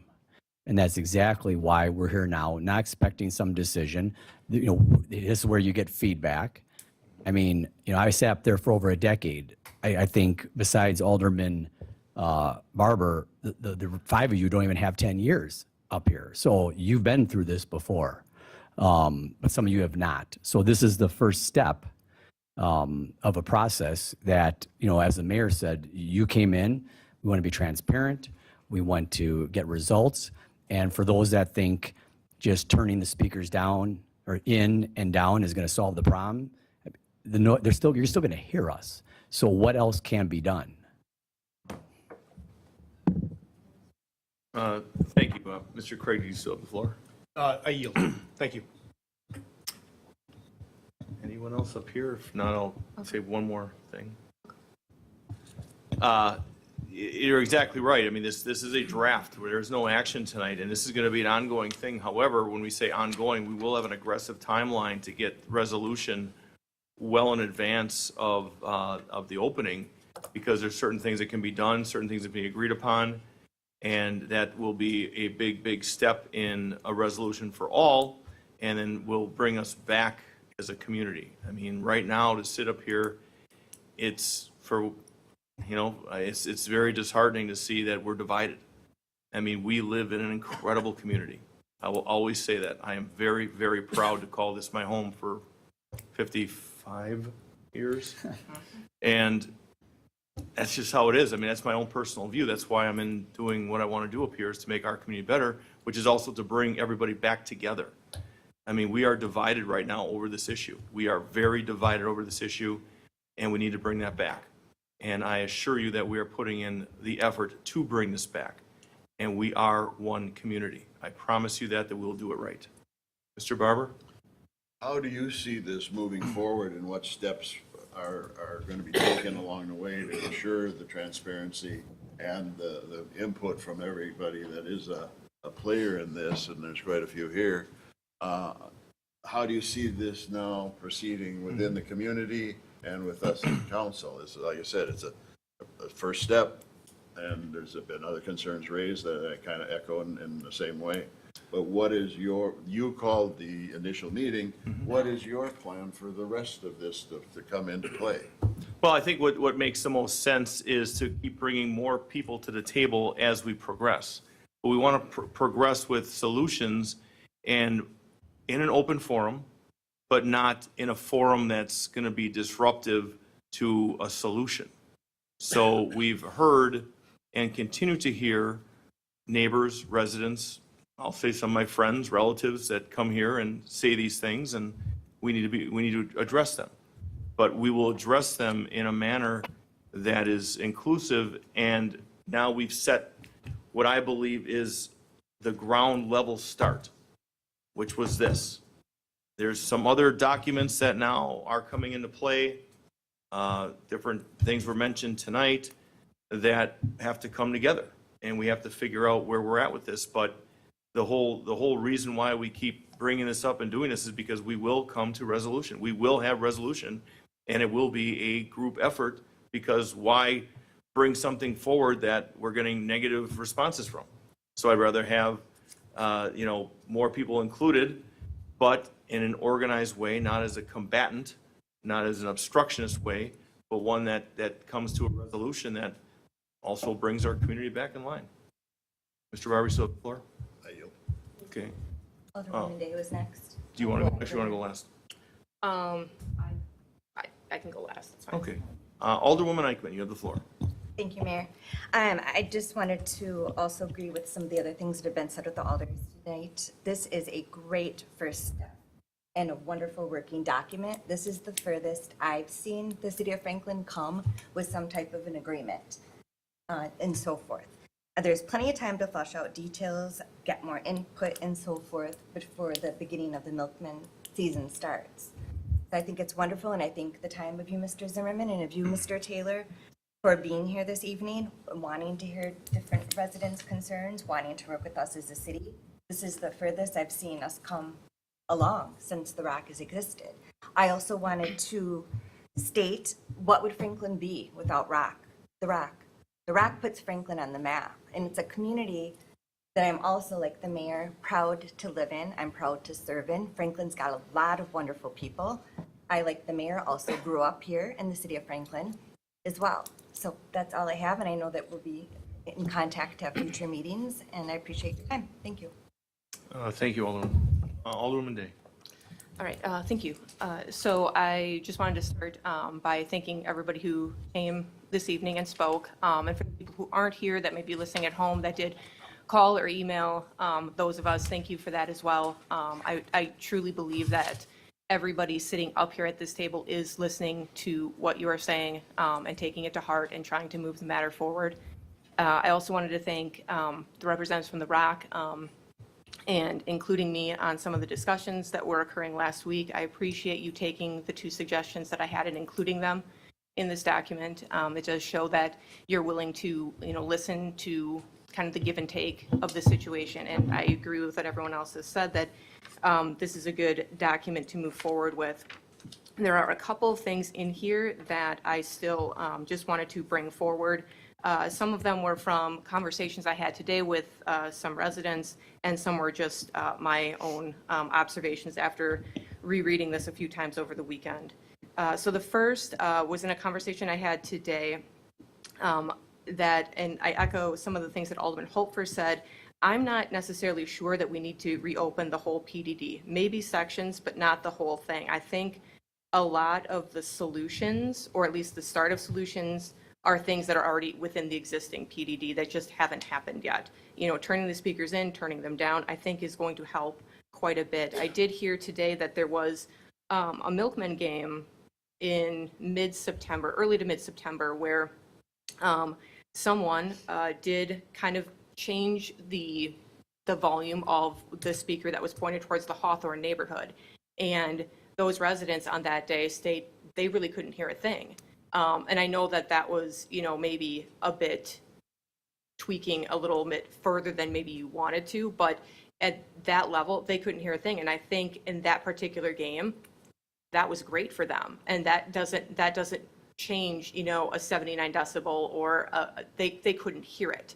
And if they couldn't hear it, or they could hear very little, it's under the threshold. So I really think turning the speakers in, turning them down, moving the sound monitors to the property line where you can actually measure if the decibel limit is where it's supposed to be at the property line. I think a lot of that will solve some of the situation that's going on, and that doesn't involve reopening the PDD. The one point that I will say I'm stuck on the most is point 5 with the extraordinary events, and I think this is just from my personal background with working for the health department and being on the license committee.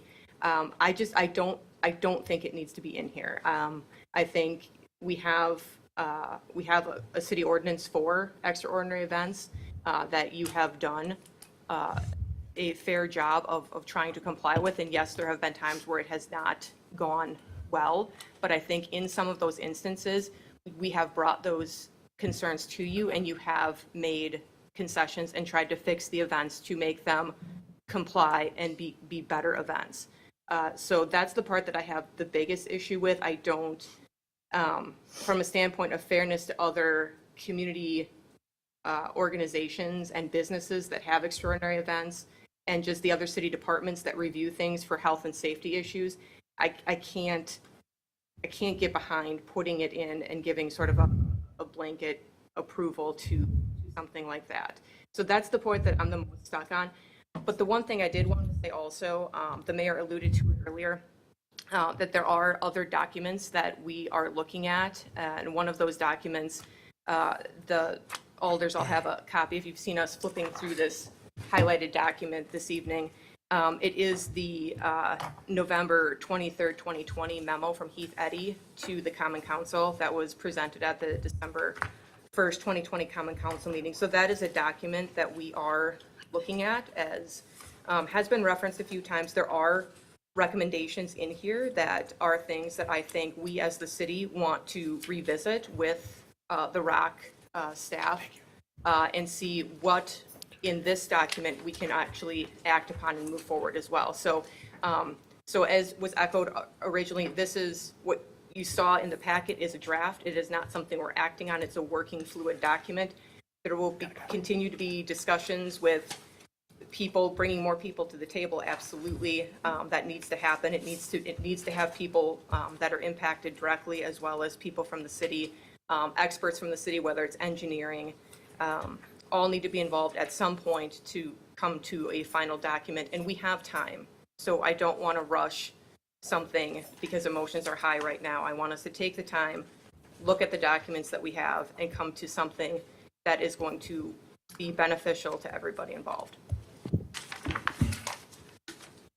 Do you yield? Yes. All right, Mr. Zimmerman.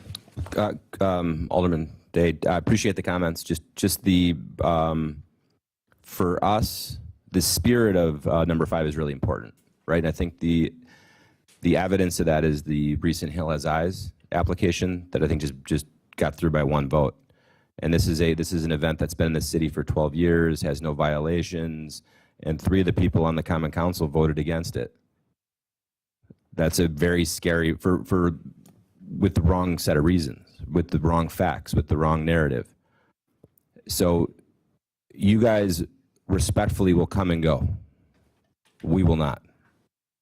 So what we need, if we're going to, and that's why I call it a negotiation. People don't like that word, but that is what this is. If we're going to negotiate with the city in good faith, what we do ask for is terms that allow for us to run our business. I've got employees that I'm responsible for. I've got investors I'm responsible for. So I have to be able to run my business as well. And if it becomes a political thing or it becomes the wrong set of facts, like HHE to lose to just get passed by 1 vote after 12 years of great history is a very, very difficult spot to be in. I think in that instance, there was concern about the noise and the time of the event. And I think we're addressing the noise piece to some degree with some of this. Yeah, we were at the meeting together, and we were talking about a speaker that was pointed at Hawthorne that had nothing to do with HHE. And again, I don't blame the Common Council because a lot of them are new. But again, the business, it needs to be able to, it's a permitted use. And if it can't run when we're not in violation, it's not appropriate from my standpoint.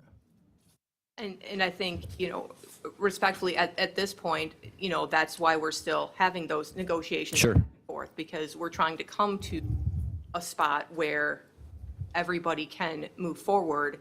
No one is saying that you're not going to have your events, and I don't think anybody in the audience wants you to not have the events. So I think there is room to come to a better resolution on how that process. I agree with you. I fully agree that the process is not the best, and that there does need to be some work on that side of things. But again, this is a draft, a working document. That's right. I just wanted to Work on, and I think, I appreciate being involved in it because I think this particular item is something that I can probably bring value to the conversation on. So I appreciate being included. And Alderman Day, I have a lot of respect for you because you were, when I was no longer an alderman and we went through COVID, you were huge in helping us open and helping the Umbrella Bar open, helping HHE happen. I mean, you are the reason why we have time ticketing, which has made our lives a little bit easier. It helped us go from 22 to 10. But at the end of the day, this is really for the greater good of not just our community, but also for the Greendale community that can hear things as well. And but I think what reason number 5 is in there is because not only were we talking about stadium speakers, we were talking about Milky Way Drive-In. Things have nothing to do with that event. I think that's the concern, that we actually focus on the special events for what they are, not for other noise that's taking place elsewhere in the stadium. So at the end of the day, I think it's for the greater good for all communities, and just trying to come with a solid deal that everybody can live with. And the one other thing, I apologize, the one other thing I promised I would bring up because it was not in this document, and I know we talked about it outside of what's in this document. Could you just address the speakers and the sound system for the Umbrella Bar that was identified in the county sound study? Yeah, so that's an agreement between us and the county where we agreed to install house speakers. We opted for a different solution. County's holding their ground on that, didn't accept it, so we're going to have to execute on that. Alderman Holfer. I just wanted to piggyback and say I understand your concerns of the uncertainty with the events, whether they're going to pass or not, even though they've had a history. And Mr. Taylor and I have had this conversation not too long ago. I'm hoping we can increase the two-way communication back and forth so that we don't get these events that are being advertised prior to anybody at the city knowing what's going on. It doesn't look good for somebody to say, well, we've got this out there now, we got to get this passed. Maybe you could come in and say, hey, we're thinking of this, it's a little bit different. What do you think we might need to do so that at least we've got a dialogue and we're prepared? Is that fair? That's fair. And I think that communication definitely does have to be better. I mean, not only, I mean, let's look at the speakers, okay? There was one time where lightning took one out and we had to order parts. There's another time where I think a mouse or something chewed some of the wires. That should have been communicated, both to the city of Franklin, should have been communicated to the county. And I think I received a letter, I think we all received the letter from the county just the other day, or like I think earlier in the week, or maybe it was yesterday we got that, that talks about the two deficiencies. And one was making sure the speakers are operating at all times, and the other one was the sound system at the umbrella bar. So I think better communication is definitely something that we need to do. And, well, it is, but I mean, I think if we're going to do something, you need to know it before it hits the social media.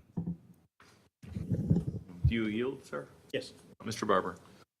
My hope in this process is that we mitigate the adversarial roles that everybody is, part of this. You'll have to understand that, I understand you have to run the business, but we still have to have methods to protect our citizens. And that is something that I, as an alderman, would not want to give up. I'd like to work with you on how we do both.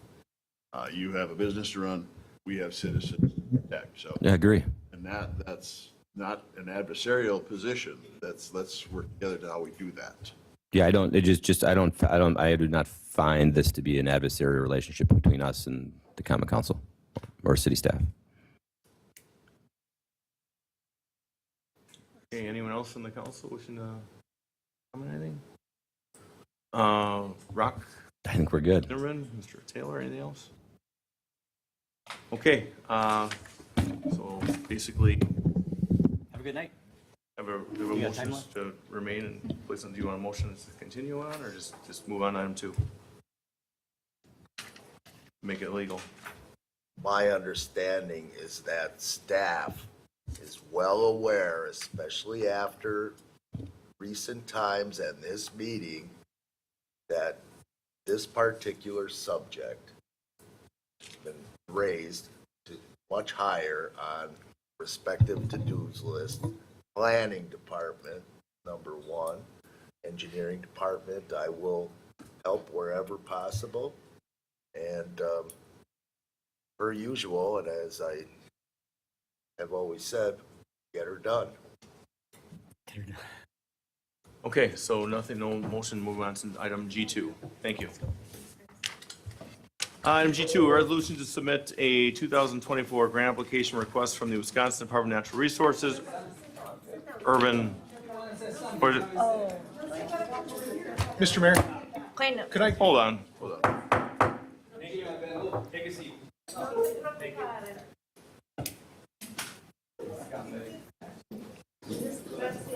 What we're gonna do is we're gonna continue on for 2 more items. Okay. Thank you, I have a thought here, so let's just let them. Okay, continuing, item G2, a resolution to submit a 2024 grant application request from the Wisconsin Department of Natural Resources Urban Forestry Grant Program and unspecified amounts for yet-to-be-determined catastrophic storm events. Who's covering this one? Motion to approve option A. Second. We have a motion to approve option A. Option A is pass the resolution to direct staff to submit grant application and comply with the requirements stipulated in the grant program. So that's option A. So who was the first? Mr. Barber, second is Mr. Holfer. Any further discussion? Seeing none, all those in favor? Aye. Any opposed?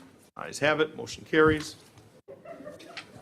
Item G3, letter of understanding between the City of Franklin and the Franklin Police Officers Association, Local 280, Wisconsin Professional Police Association /Lear regarding hours of work for patrol officers. Present is Chief Oliva. Chief, you have got the floor. Yes, the union approached me and asked if we'd consider changing the shift hours for each shift. It's basically moving shifts 1 hour earlier than they normally work. So not accounting the roll call time Instead of 8 to 4, it'd be 7 to 3. Instead of 4 to midnight, 3 to 11. Instead of midnight to 8 a.m., 11 to 7. There's no impact, no fiscal impact, and I would support the request. I would add that the draft letter that you have in your packet to recommend or to add some language, the city attorney recommended that we add on number 1, at the end of the sentence, to continue that sentence with agreed to. Excuse me, Chief. If we could ask just one of the officers to let them know that we're still conducting the meeting, if they can move it either outside or away from the doorway, please.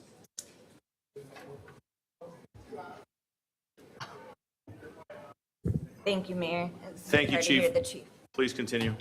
So again, the city attorney made a note and recommended we add a extension to sentence number 1 at the end of the sentence to continue it by adding agreed to and executed by the association and the city. So I would again recommend approval of the MOU with that addition. Mr. City Attorney? Anything on that? Don't do the labor work, but saw that when I was reviewing the agenda, and simply states may be amended in writing. And out there in the real world, just one person will write something and think it's amended. So it says parties have to agree and both execute. Thank you. Alderwoman Day? Just a quick question for the chief. It says that this agreement will go through the end of this bargaining agreement. When is that? End of 24. End of 24. Okay, thank you. Alderman Holfer, you had your hand up? That was one of my questions. It's kind of a long trial period, but if something's not working out, We can end it earlier if necessary. and then just for my curiosity, what was the perceived benefit? The union voted, majority of the members felt it would benefit their home life, family life with those change of hours. Do we have a motion? I have one question for the chief, if you don't mind, Chief. And Alderman Eichman, you have the floor. Thank you, Mayor. I appreciate your time being here, Chief. Sorry, I lost my train of thought there for a moment. So, of course, I trust your judgment and the union's judgment and so forth. Just one question that was brought to my attention, a little bit of a concern. Does this at all reflect upon the time when the high school gets out? You know, sometimes we've got more speeding, accidents and so forth. I'm sure that's been thought of. That was just one Yeah, question. that won't affect this high school because they dismiss at 2:20. Yeah. So we'll still be able to cover that. There will be no, in-between shift gap for any of the schools. Okay, do we have a motion on this? Motion to enter. Second. Technical corrections? So the motion by Mr. Holfer is to approve with technical corrections, Second. seconded by Alderman Holfer. Barber. Excuse me, Alderman Holfer is the first, Barber is the second. See no further discussion, all those in favor? Aye. Any opposed? Ayes have it. Thank you. Thank you, Chief. Item G4, Federal Emergency Management Agency's Floodplain Violation Resolution Program. Mr. Morrow. So this is a very important issue. This participation in the FEMA program allows people who buy houses here in Franklin to be able to get the insurance needed for natural disasters and flooding and so forth. FEMA and DNR did a aerial review and noted some structures that were questionable. We may or may not have had permits when they were constructed. So we are on a path to try to get back in the good graces of FEMA and DNR. There's really no action tonight. I just wanted you to be aware that letters are going out. At your table tonight, I did place the specific residents who will get I should say property owners who will get a letter. And so I just wanted you to be aware of that when letters go out. This is really something, if you will, out of our control. We don't really have a lot of local control. Some places, probably just very innocent things. In fact, it may even be somebody's trailer that was parked in the backyard that looks like a building or something from an aerial. Other locations, it does look like somebody did a lot of work without a permit. So we're going to assume everyone is innocent and that any mistakes that have happened were innocent mistakes that whatever. So we're sending out 17 letters regarding 25 different issues tomorrow. And once we make contact, we're going to ask permission to get on their land. And I did receive the city attorney's comments this afternoon. I'll have to go back and redo all the letters that I had ready to go out for tomorrow. But they will go out tomorrow. And we're asking that they give us permission by November 1st to get on their property. Hopefully everyone is compliant. If not, we'll have to discuss those matters further. But we are into the process and working with the planning department to make this happen. All right, thank you. Any further discussion on that? Move to receive and place on file. A second. We have a first and a second. Any further discussion? Seeing none, all those in favor? Aye. Any opposed? Ayes have it, motion carries. Item G5, potential water service to Hale Park Highlands area. Mr. Green, just, I'm just mentioning you, I'm recognizing you because this is your efforts. We have talked many times on this. So, Mr. Morrow. Yes, my name is Dennis. Hi, Dennis, Dennis, go with it. If you're going to speak, though, give us your name and address just on this, and then we'll go from there. And Mr. Morrow, our city engineer, is who I was referring to. But go ahead. You have a statement, sir? Go ahead. Done yet? He hasn't even started. Are we ready to rock? Well, only if you state your name and address. Okay. Dennis, last name is Engel, E-N-G-E-L, 11702 West James Avenue.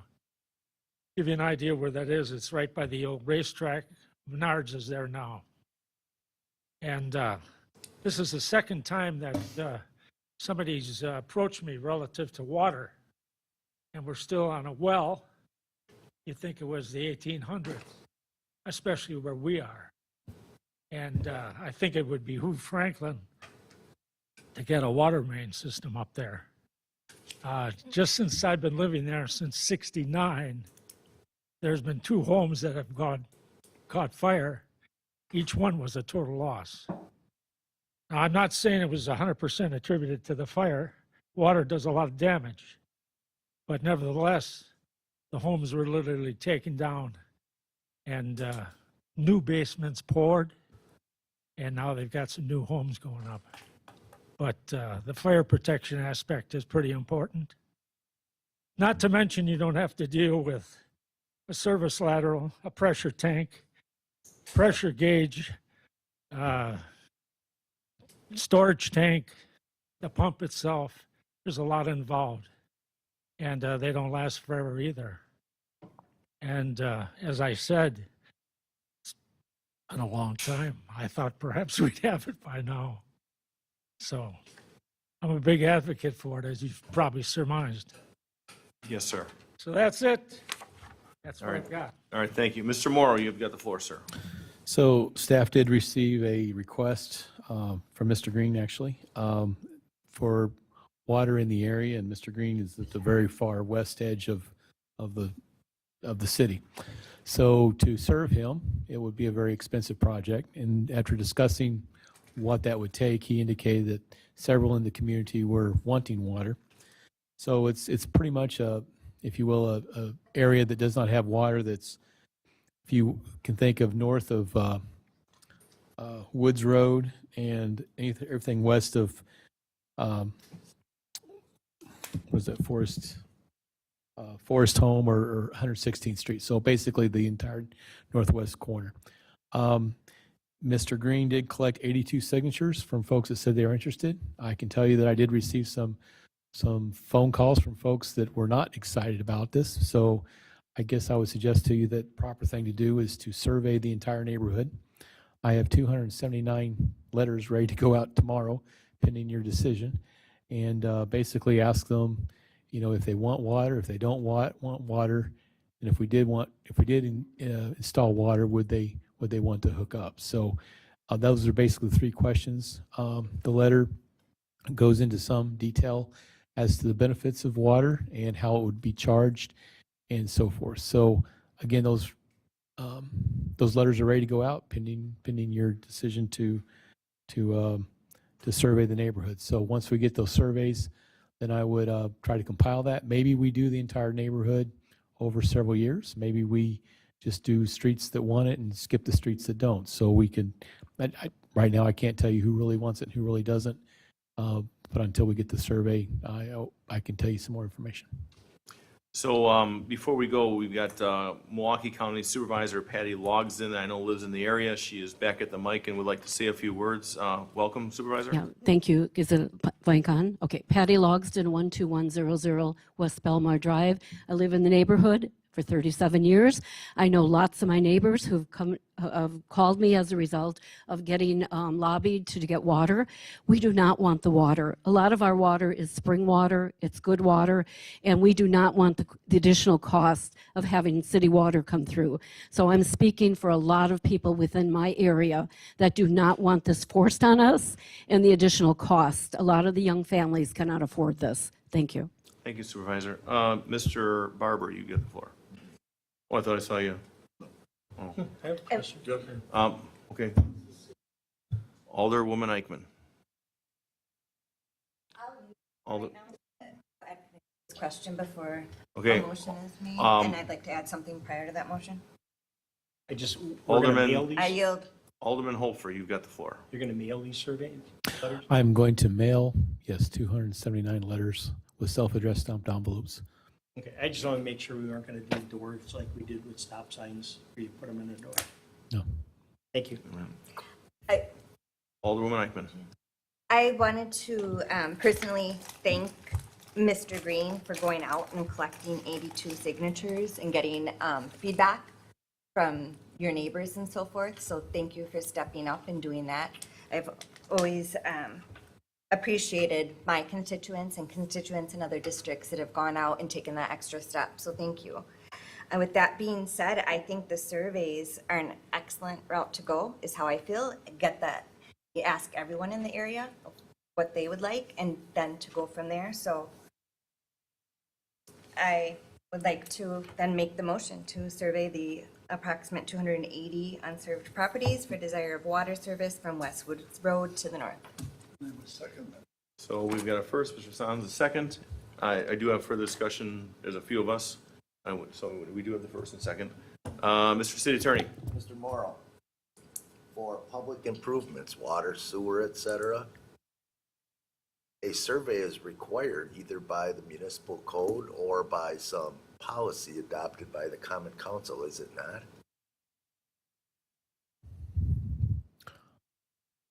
I'm not sure that code requires this.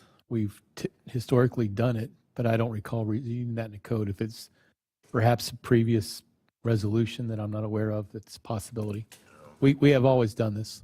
And so to remind everyone, I tell folks that, we're just really just asking their opinion. In theory, everyone could want it and you guys could say no because for budgetary reasons. Or everyone could say no, they don't want it, and you guys could decide you want to do it because of maybe some health issues. So you're trying to gauge the interest to help you make an informed decision. It's not necessarily a vote, yes or no. So we've got some more discussion. I will go last if there's anyone else in the council who wishes to say anything.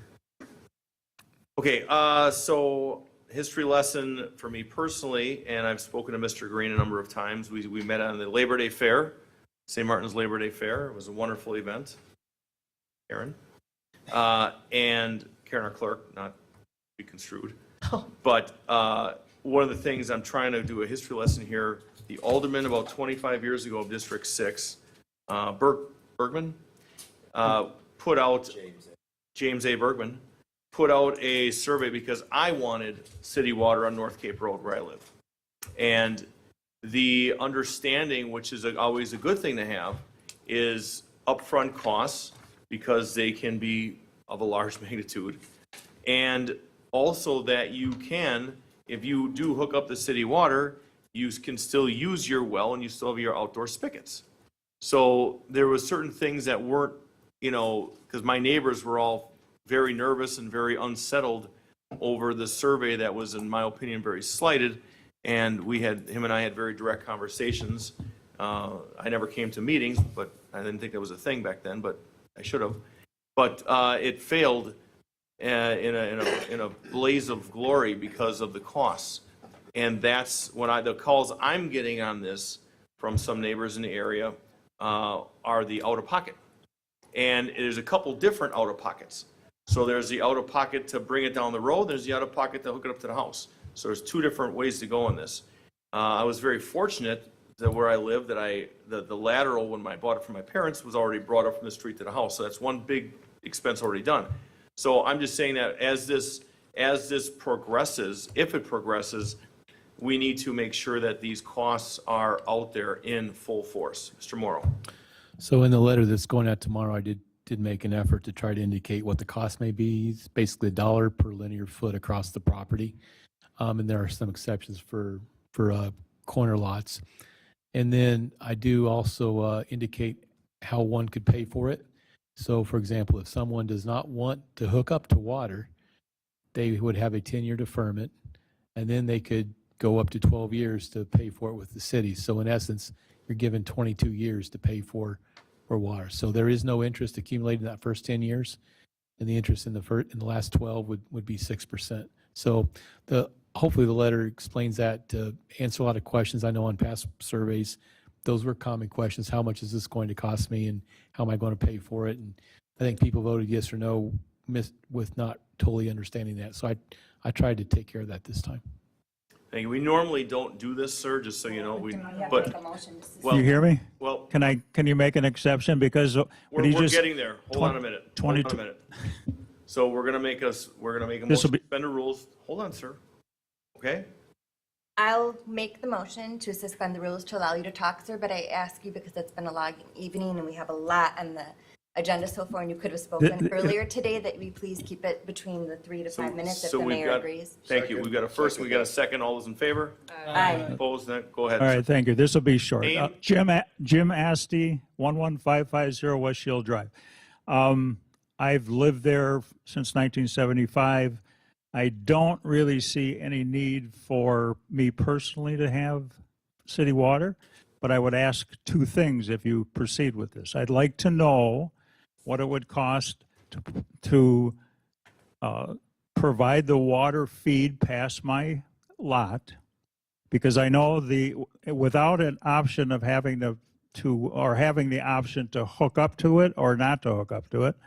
So I guess for this discussion, I would be willing to participate in a partial payment of the water, not the lateral, but the water feed going past my yard at a certain amount, but having the option of not connecting until I want to connect to it, because then I can make a personal decision based on if my well goes bad and I need to spend the money on the well, then I can compare that price to the price of the lateral and hooking up to the city water.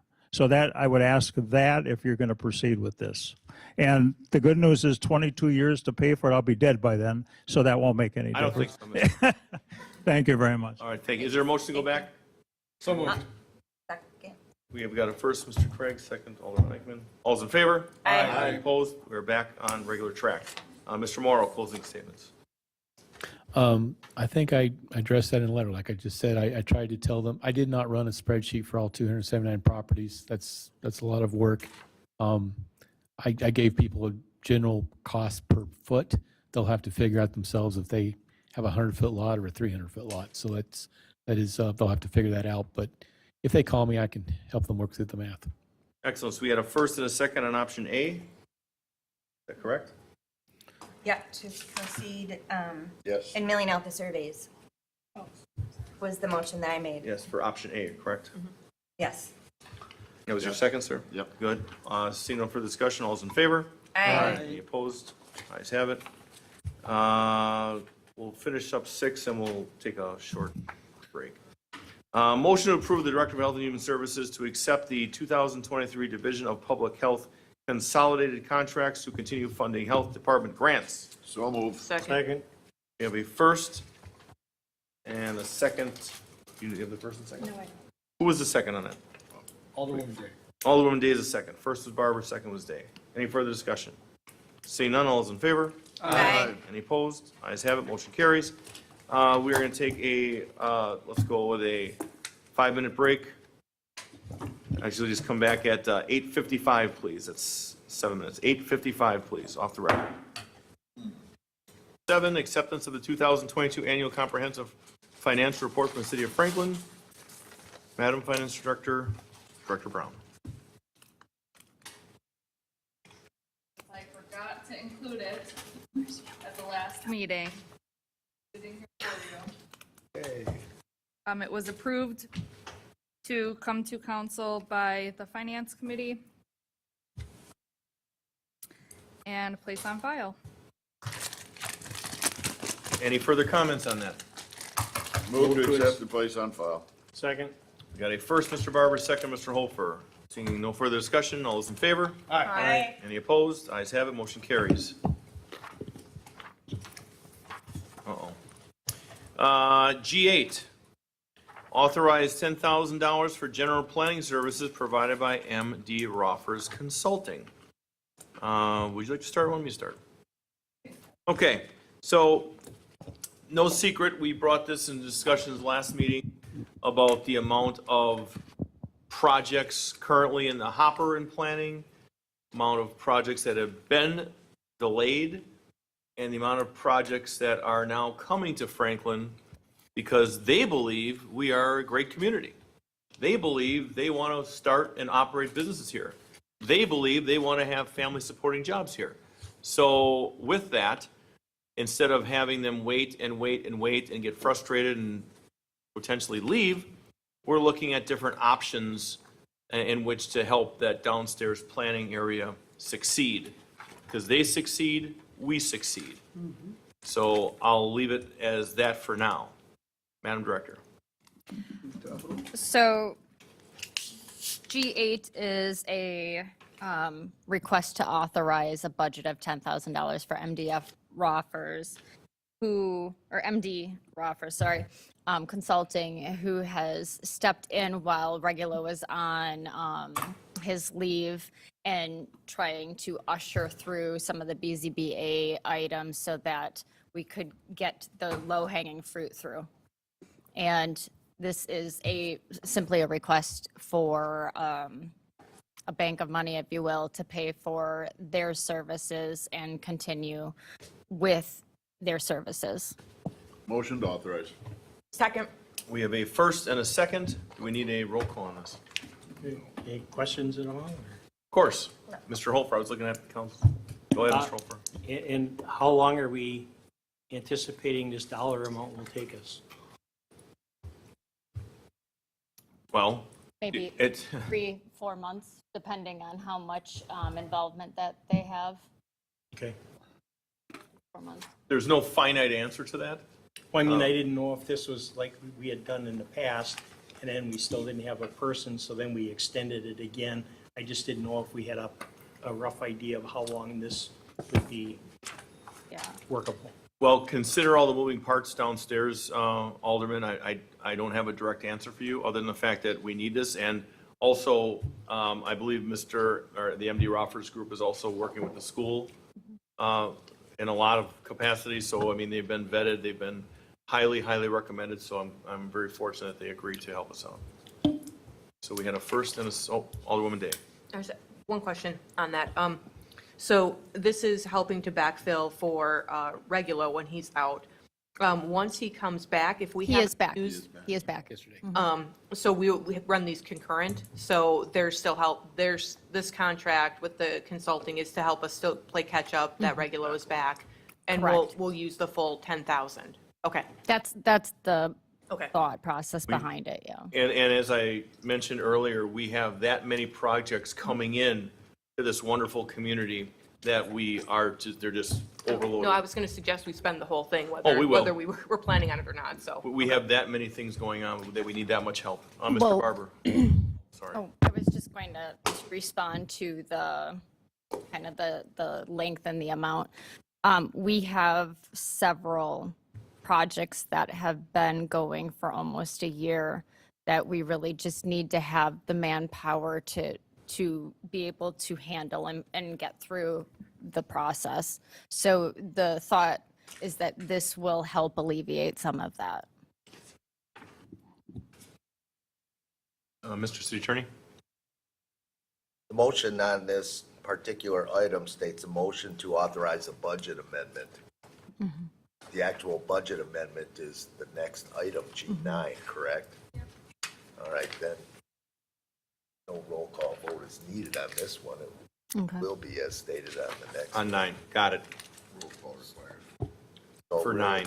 I would suggest that the motion on this subject, instead of as stated on the council action requested, because authorize a budget amendment requires an ordinance, I would say simply the title, motion to authorize $10,000 for general planning services provided by MD Roffers Consulting, Okay. subject to the adoption of an ordinance to amend the budget, therefore. Okay, that's the As motion. amended. Motion as amended. And You- my second on that as well still. Okay, holds. thank you. First and second, no further discussion. Anyone? Seeing none, all those in favor? Aye. Opposed? Motion carries. Item G9, an ordinance to amend ordinance number 2022-2521, an ordinance adopting the 2023 annual budget for the general fund to provide additional $10,000 appropriation, $10,000 in appropriations for consulting services in the planning department. So move. Second. We have a first and a second. This is a roll call vote. Madam Clerk.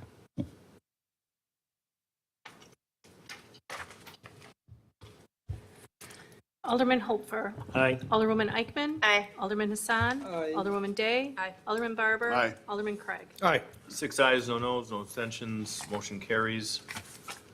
G10, an ordinance to amend ordinance 2022-2521, an ordinance adopting the 2023 annual budget for the general fund to provide additional $9,500 in appropriations for a part-time planner. So move.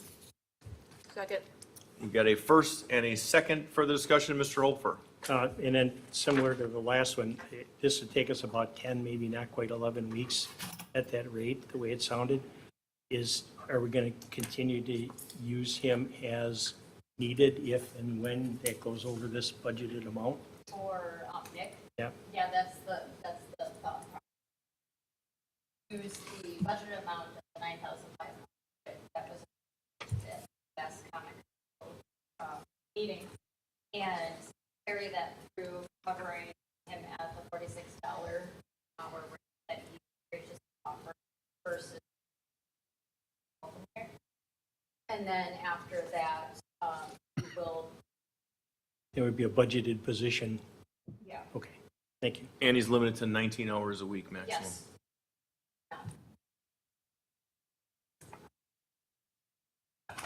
Okay, we had a first and a second on that, correct? That was the discussion. Roll call vote on this. Alderman Craig. Aye. Alderman Barber. Aye. Alderwoman Day. Aye. Alderman Hassan. Aye. Alderwoman Eichman. Aye. And Alderman Hopfer. Aye. 6 ayes on those, motion passes. G11, rescind the motion to authorize a consulting services agreement with Rayburn Consulting LLC adopted on September 19, 2023, and in place of the approved agreement, approve the hiring of Nicholas Fuchs as a part-time planner. So move. Second. We've got a first and a second, Alderwoman Eichman. Any further discussion? Seeing none, all those in favor? Aye. Any opposed? Ayes have it, motion carries. G12, authorization for the renewal of Palo Alto annual support and licensing, information services, equipment maintenance outlay budget, account number 01-0144-5242. Mr. Vitulski, Director. The following three agenda items are linked and associated with one another. It's all tied basically to our firewalls and then also our fiber optic WAN. This is a renewal agreement. It did go up quite a bit this year. Last year it was at $20,061. They originally quoted it at the beginning of this year of $26,896. I was able to get them down a little bit up because that was a 34% increase. Now it's only a 26% increase from last year, so it's $25,280.79 was the requoted price by it. We have to have this. The maintenance and renewal agreement ends on October 5th. So we need to put new license keys on the firewalls or features stop working on it. I tried to work with Palo Alto and with Heartland Business Systems on getting instead of a full 12 months worth of service, getting only a couple of months off of it because we are looking at potentially doing a platform change and going over to another firewall. So why pay for an entire year if you're going to be paying off the firewall? But they will not allow us to turn around and do anything less than a full 12 months worth of support. If we don't use it, it's still a big open question. Will we get the money back from them? There's nothing in writing that forces them to turn around and give the money back from this. But if we don't spend the money, the features will stop on the firewall on the 5th. So we're rather stuck in having to turn around and pay this amount out and then look at it as a sunken cost, unfortunately. We can't coordinate it with the, you said we're looking to switch platforms. We can't coordinate it with the switch. I mean, Well, one of the reasons why this was delayed and locked down for a period of time is I was told originally by Heartland that, yeah, we would able to go month to month, and they would then turn around and allow us to apply the money that we would spend on this if we stick with Palo Alto. And that would then link the support agreements together with what you're turning around in future plan. It's not a very ethical sales technique where you turn around and say, all right, in order to turn around and get a decent price on this equipment, you have to get a sales contract for it, and then we'll turn around and carry it over into the next agreement on it. So you're linking something that you potentially could have and then linking your support agreement for your existing stuff with it. I was not pleased on that. They told us we could do month to month, then finally came down with Palo Alto. No, you can't do it, and I think they literally dragged it all the way out until October just to guarantee that we would turn around and actually sign with them.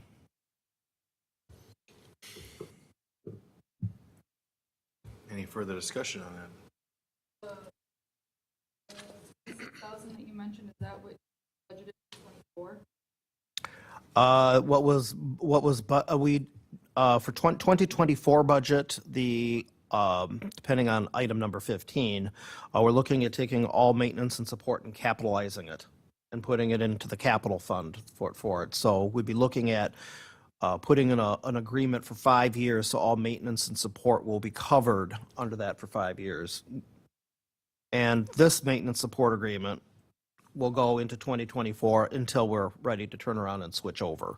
So we don't have to turn around and have the firewalls in place by 2024. We'd like to have it in before December 15th, but this support agreement that we're renewing with Palo Alto, if it takes us longer to put in the new firewalls, then it takes us longer to put in new firewalls, and the old ones won't stop working.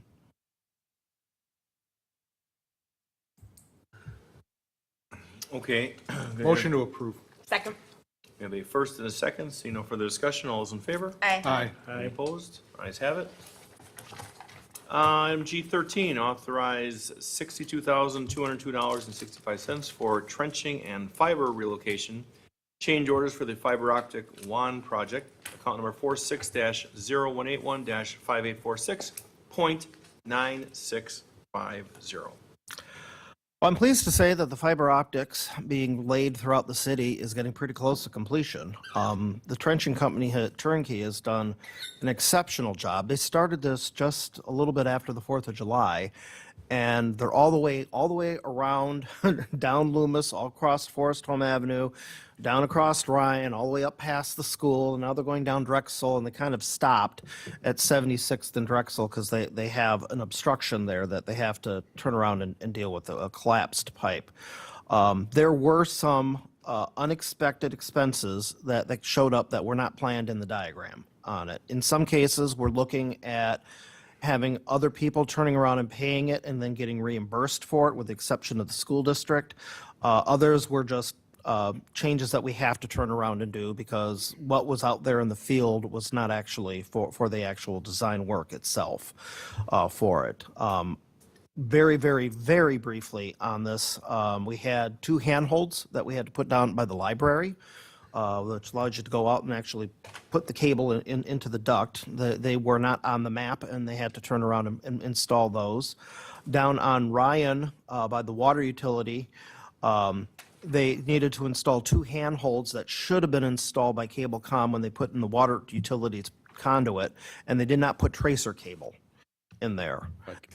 And And when Jim says water, he's not talking about the Franklin utility water. He's talking about the Waukesha water. So we have submitted that to Waukesha and asked them to reimburse us. for it. So we'd be paying it, and we're looking for a reimbursement on that. The school system is putting literally an addition onto the ECC building where we were planning on coming on the west side of the building. So the plans were we were coming to the west side of the building. They're going, no, you can't do that. There's going to be an addition there. We had to change everything now to go on the north side of the building. So we're going to have to move where we're putting in our fiber optic cable in, and that'll be an additional $10,000 expense. And then the school system, they're going to have fun.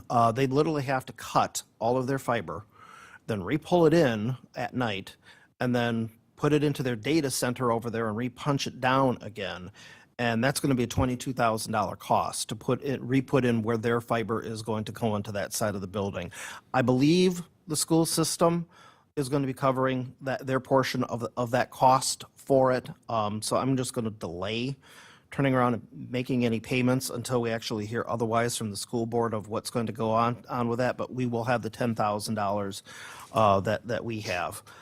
Down at Ryan, because they did change the direction on some of the conduit, they had to come in a different direction for the water utilities, so they had another 150 feet of trenching. So those are the changes that we have that are part of this parcel. There's only 2 other ones that I know that are outstanding at this point in time. One's for $7,223.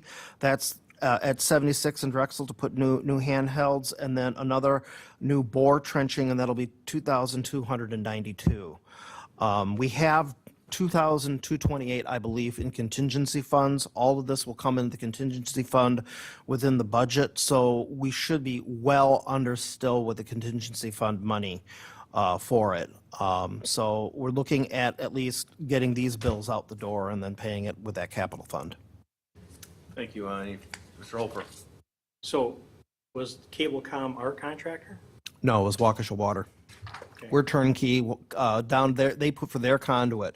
They put in the conduit, but they never put in the cable yet. They were actually a subcontractor to S.J. Lewis. It's not you, but I have an issue like when AT&T and all these other places come in and they don't really fully abide by what they're supposed to do for our people and restoration and all those things. And we have no commissioning process or anything to make sure that we're getting full compliance and paid for, work done as we paid for. And some other day I can tell you how we're addressing the Waukesha water issue. Thank you, appreciate it. Thank you. Do we have a motion on this? So move. Second. First and a second. Any further discussion? Seeing none. All those in favor? Aye. Any opposed? Ayes have it. Motion carries. What we'll do is we'll jump ahead to licensing. Item H. Who would like to have that tonight? I can take it. Alderwoman Day. All right, so License Committee this evening, we had one new establishment for a Class B beer and wine license, 4 operators, and then the Civic Celebration information about their Home for Holidays event.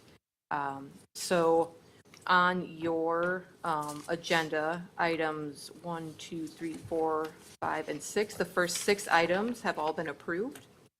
The 7th item, the temporary entertainment and amusement for the Civic Celebration Committee Home for the Holidays, we are holding that over to the next meeting.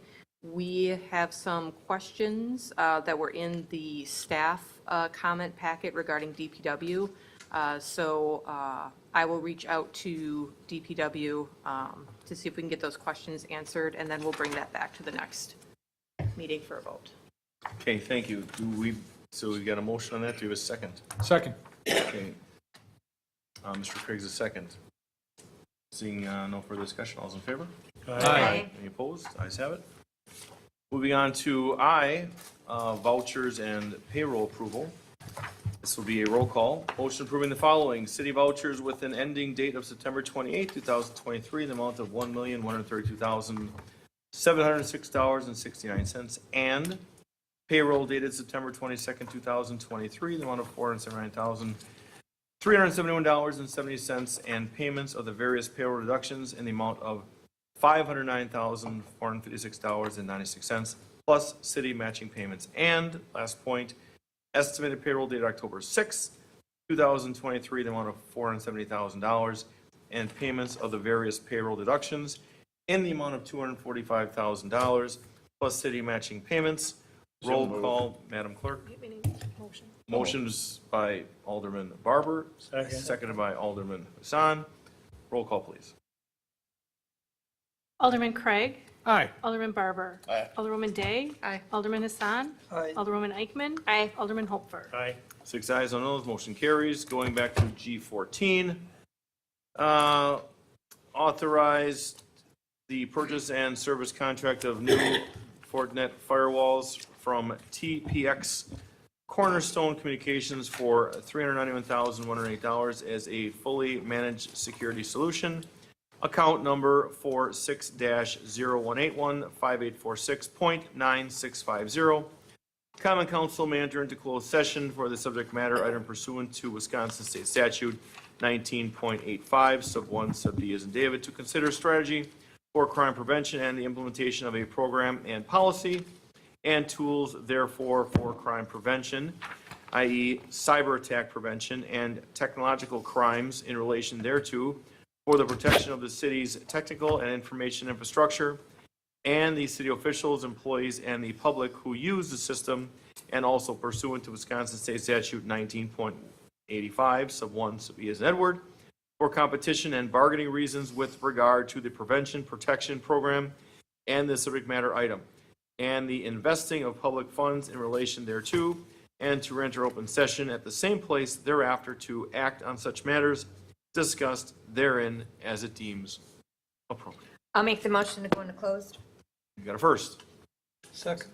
Second by Hassan. All's in favor? Aye.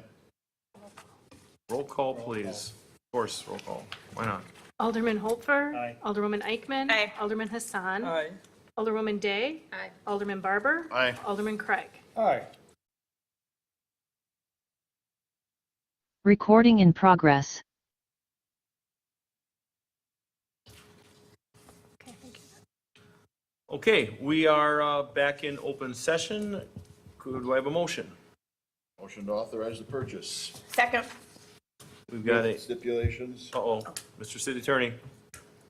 As stated on the council action sheet. Yes.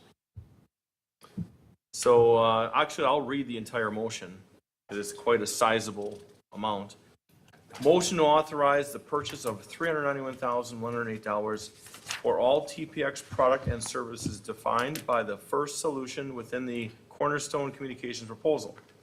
The managed services solution will include all hardware, warranties, licenses, and support agreements for a period of 5 years.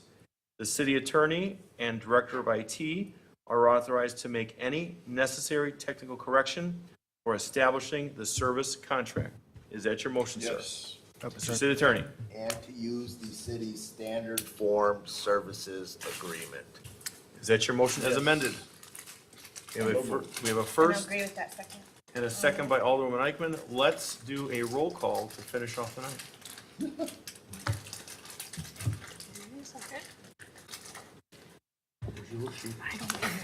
You stole it. I did not steal your sheet. You can start with Alderman Holfer. I can help you. Alderman Holfer. Aye. Alderwoman Eichman. Aye. Alderman Hassan. Aye. Alderwoman Day. Aye. Alderman Barber. Alderman Craig. Aye. Excellent. 6 ayes and no motion carries. Is there a motion to adjourn? So moved. Second. A first and a second. All's in favor? Aye. Any opposed? We are adjourned slowly. As soon as we're Brewers are on. losing 6-3 at the ninth. Thank you. Are they really?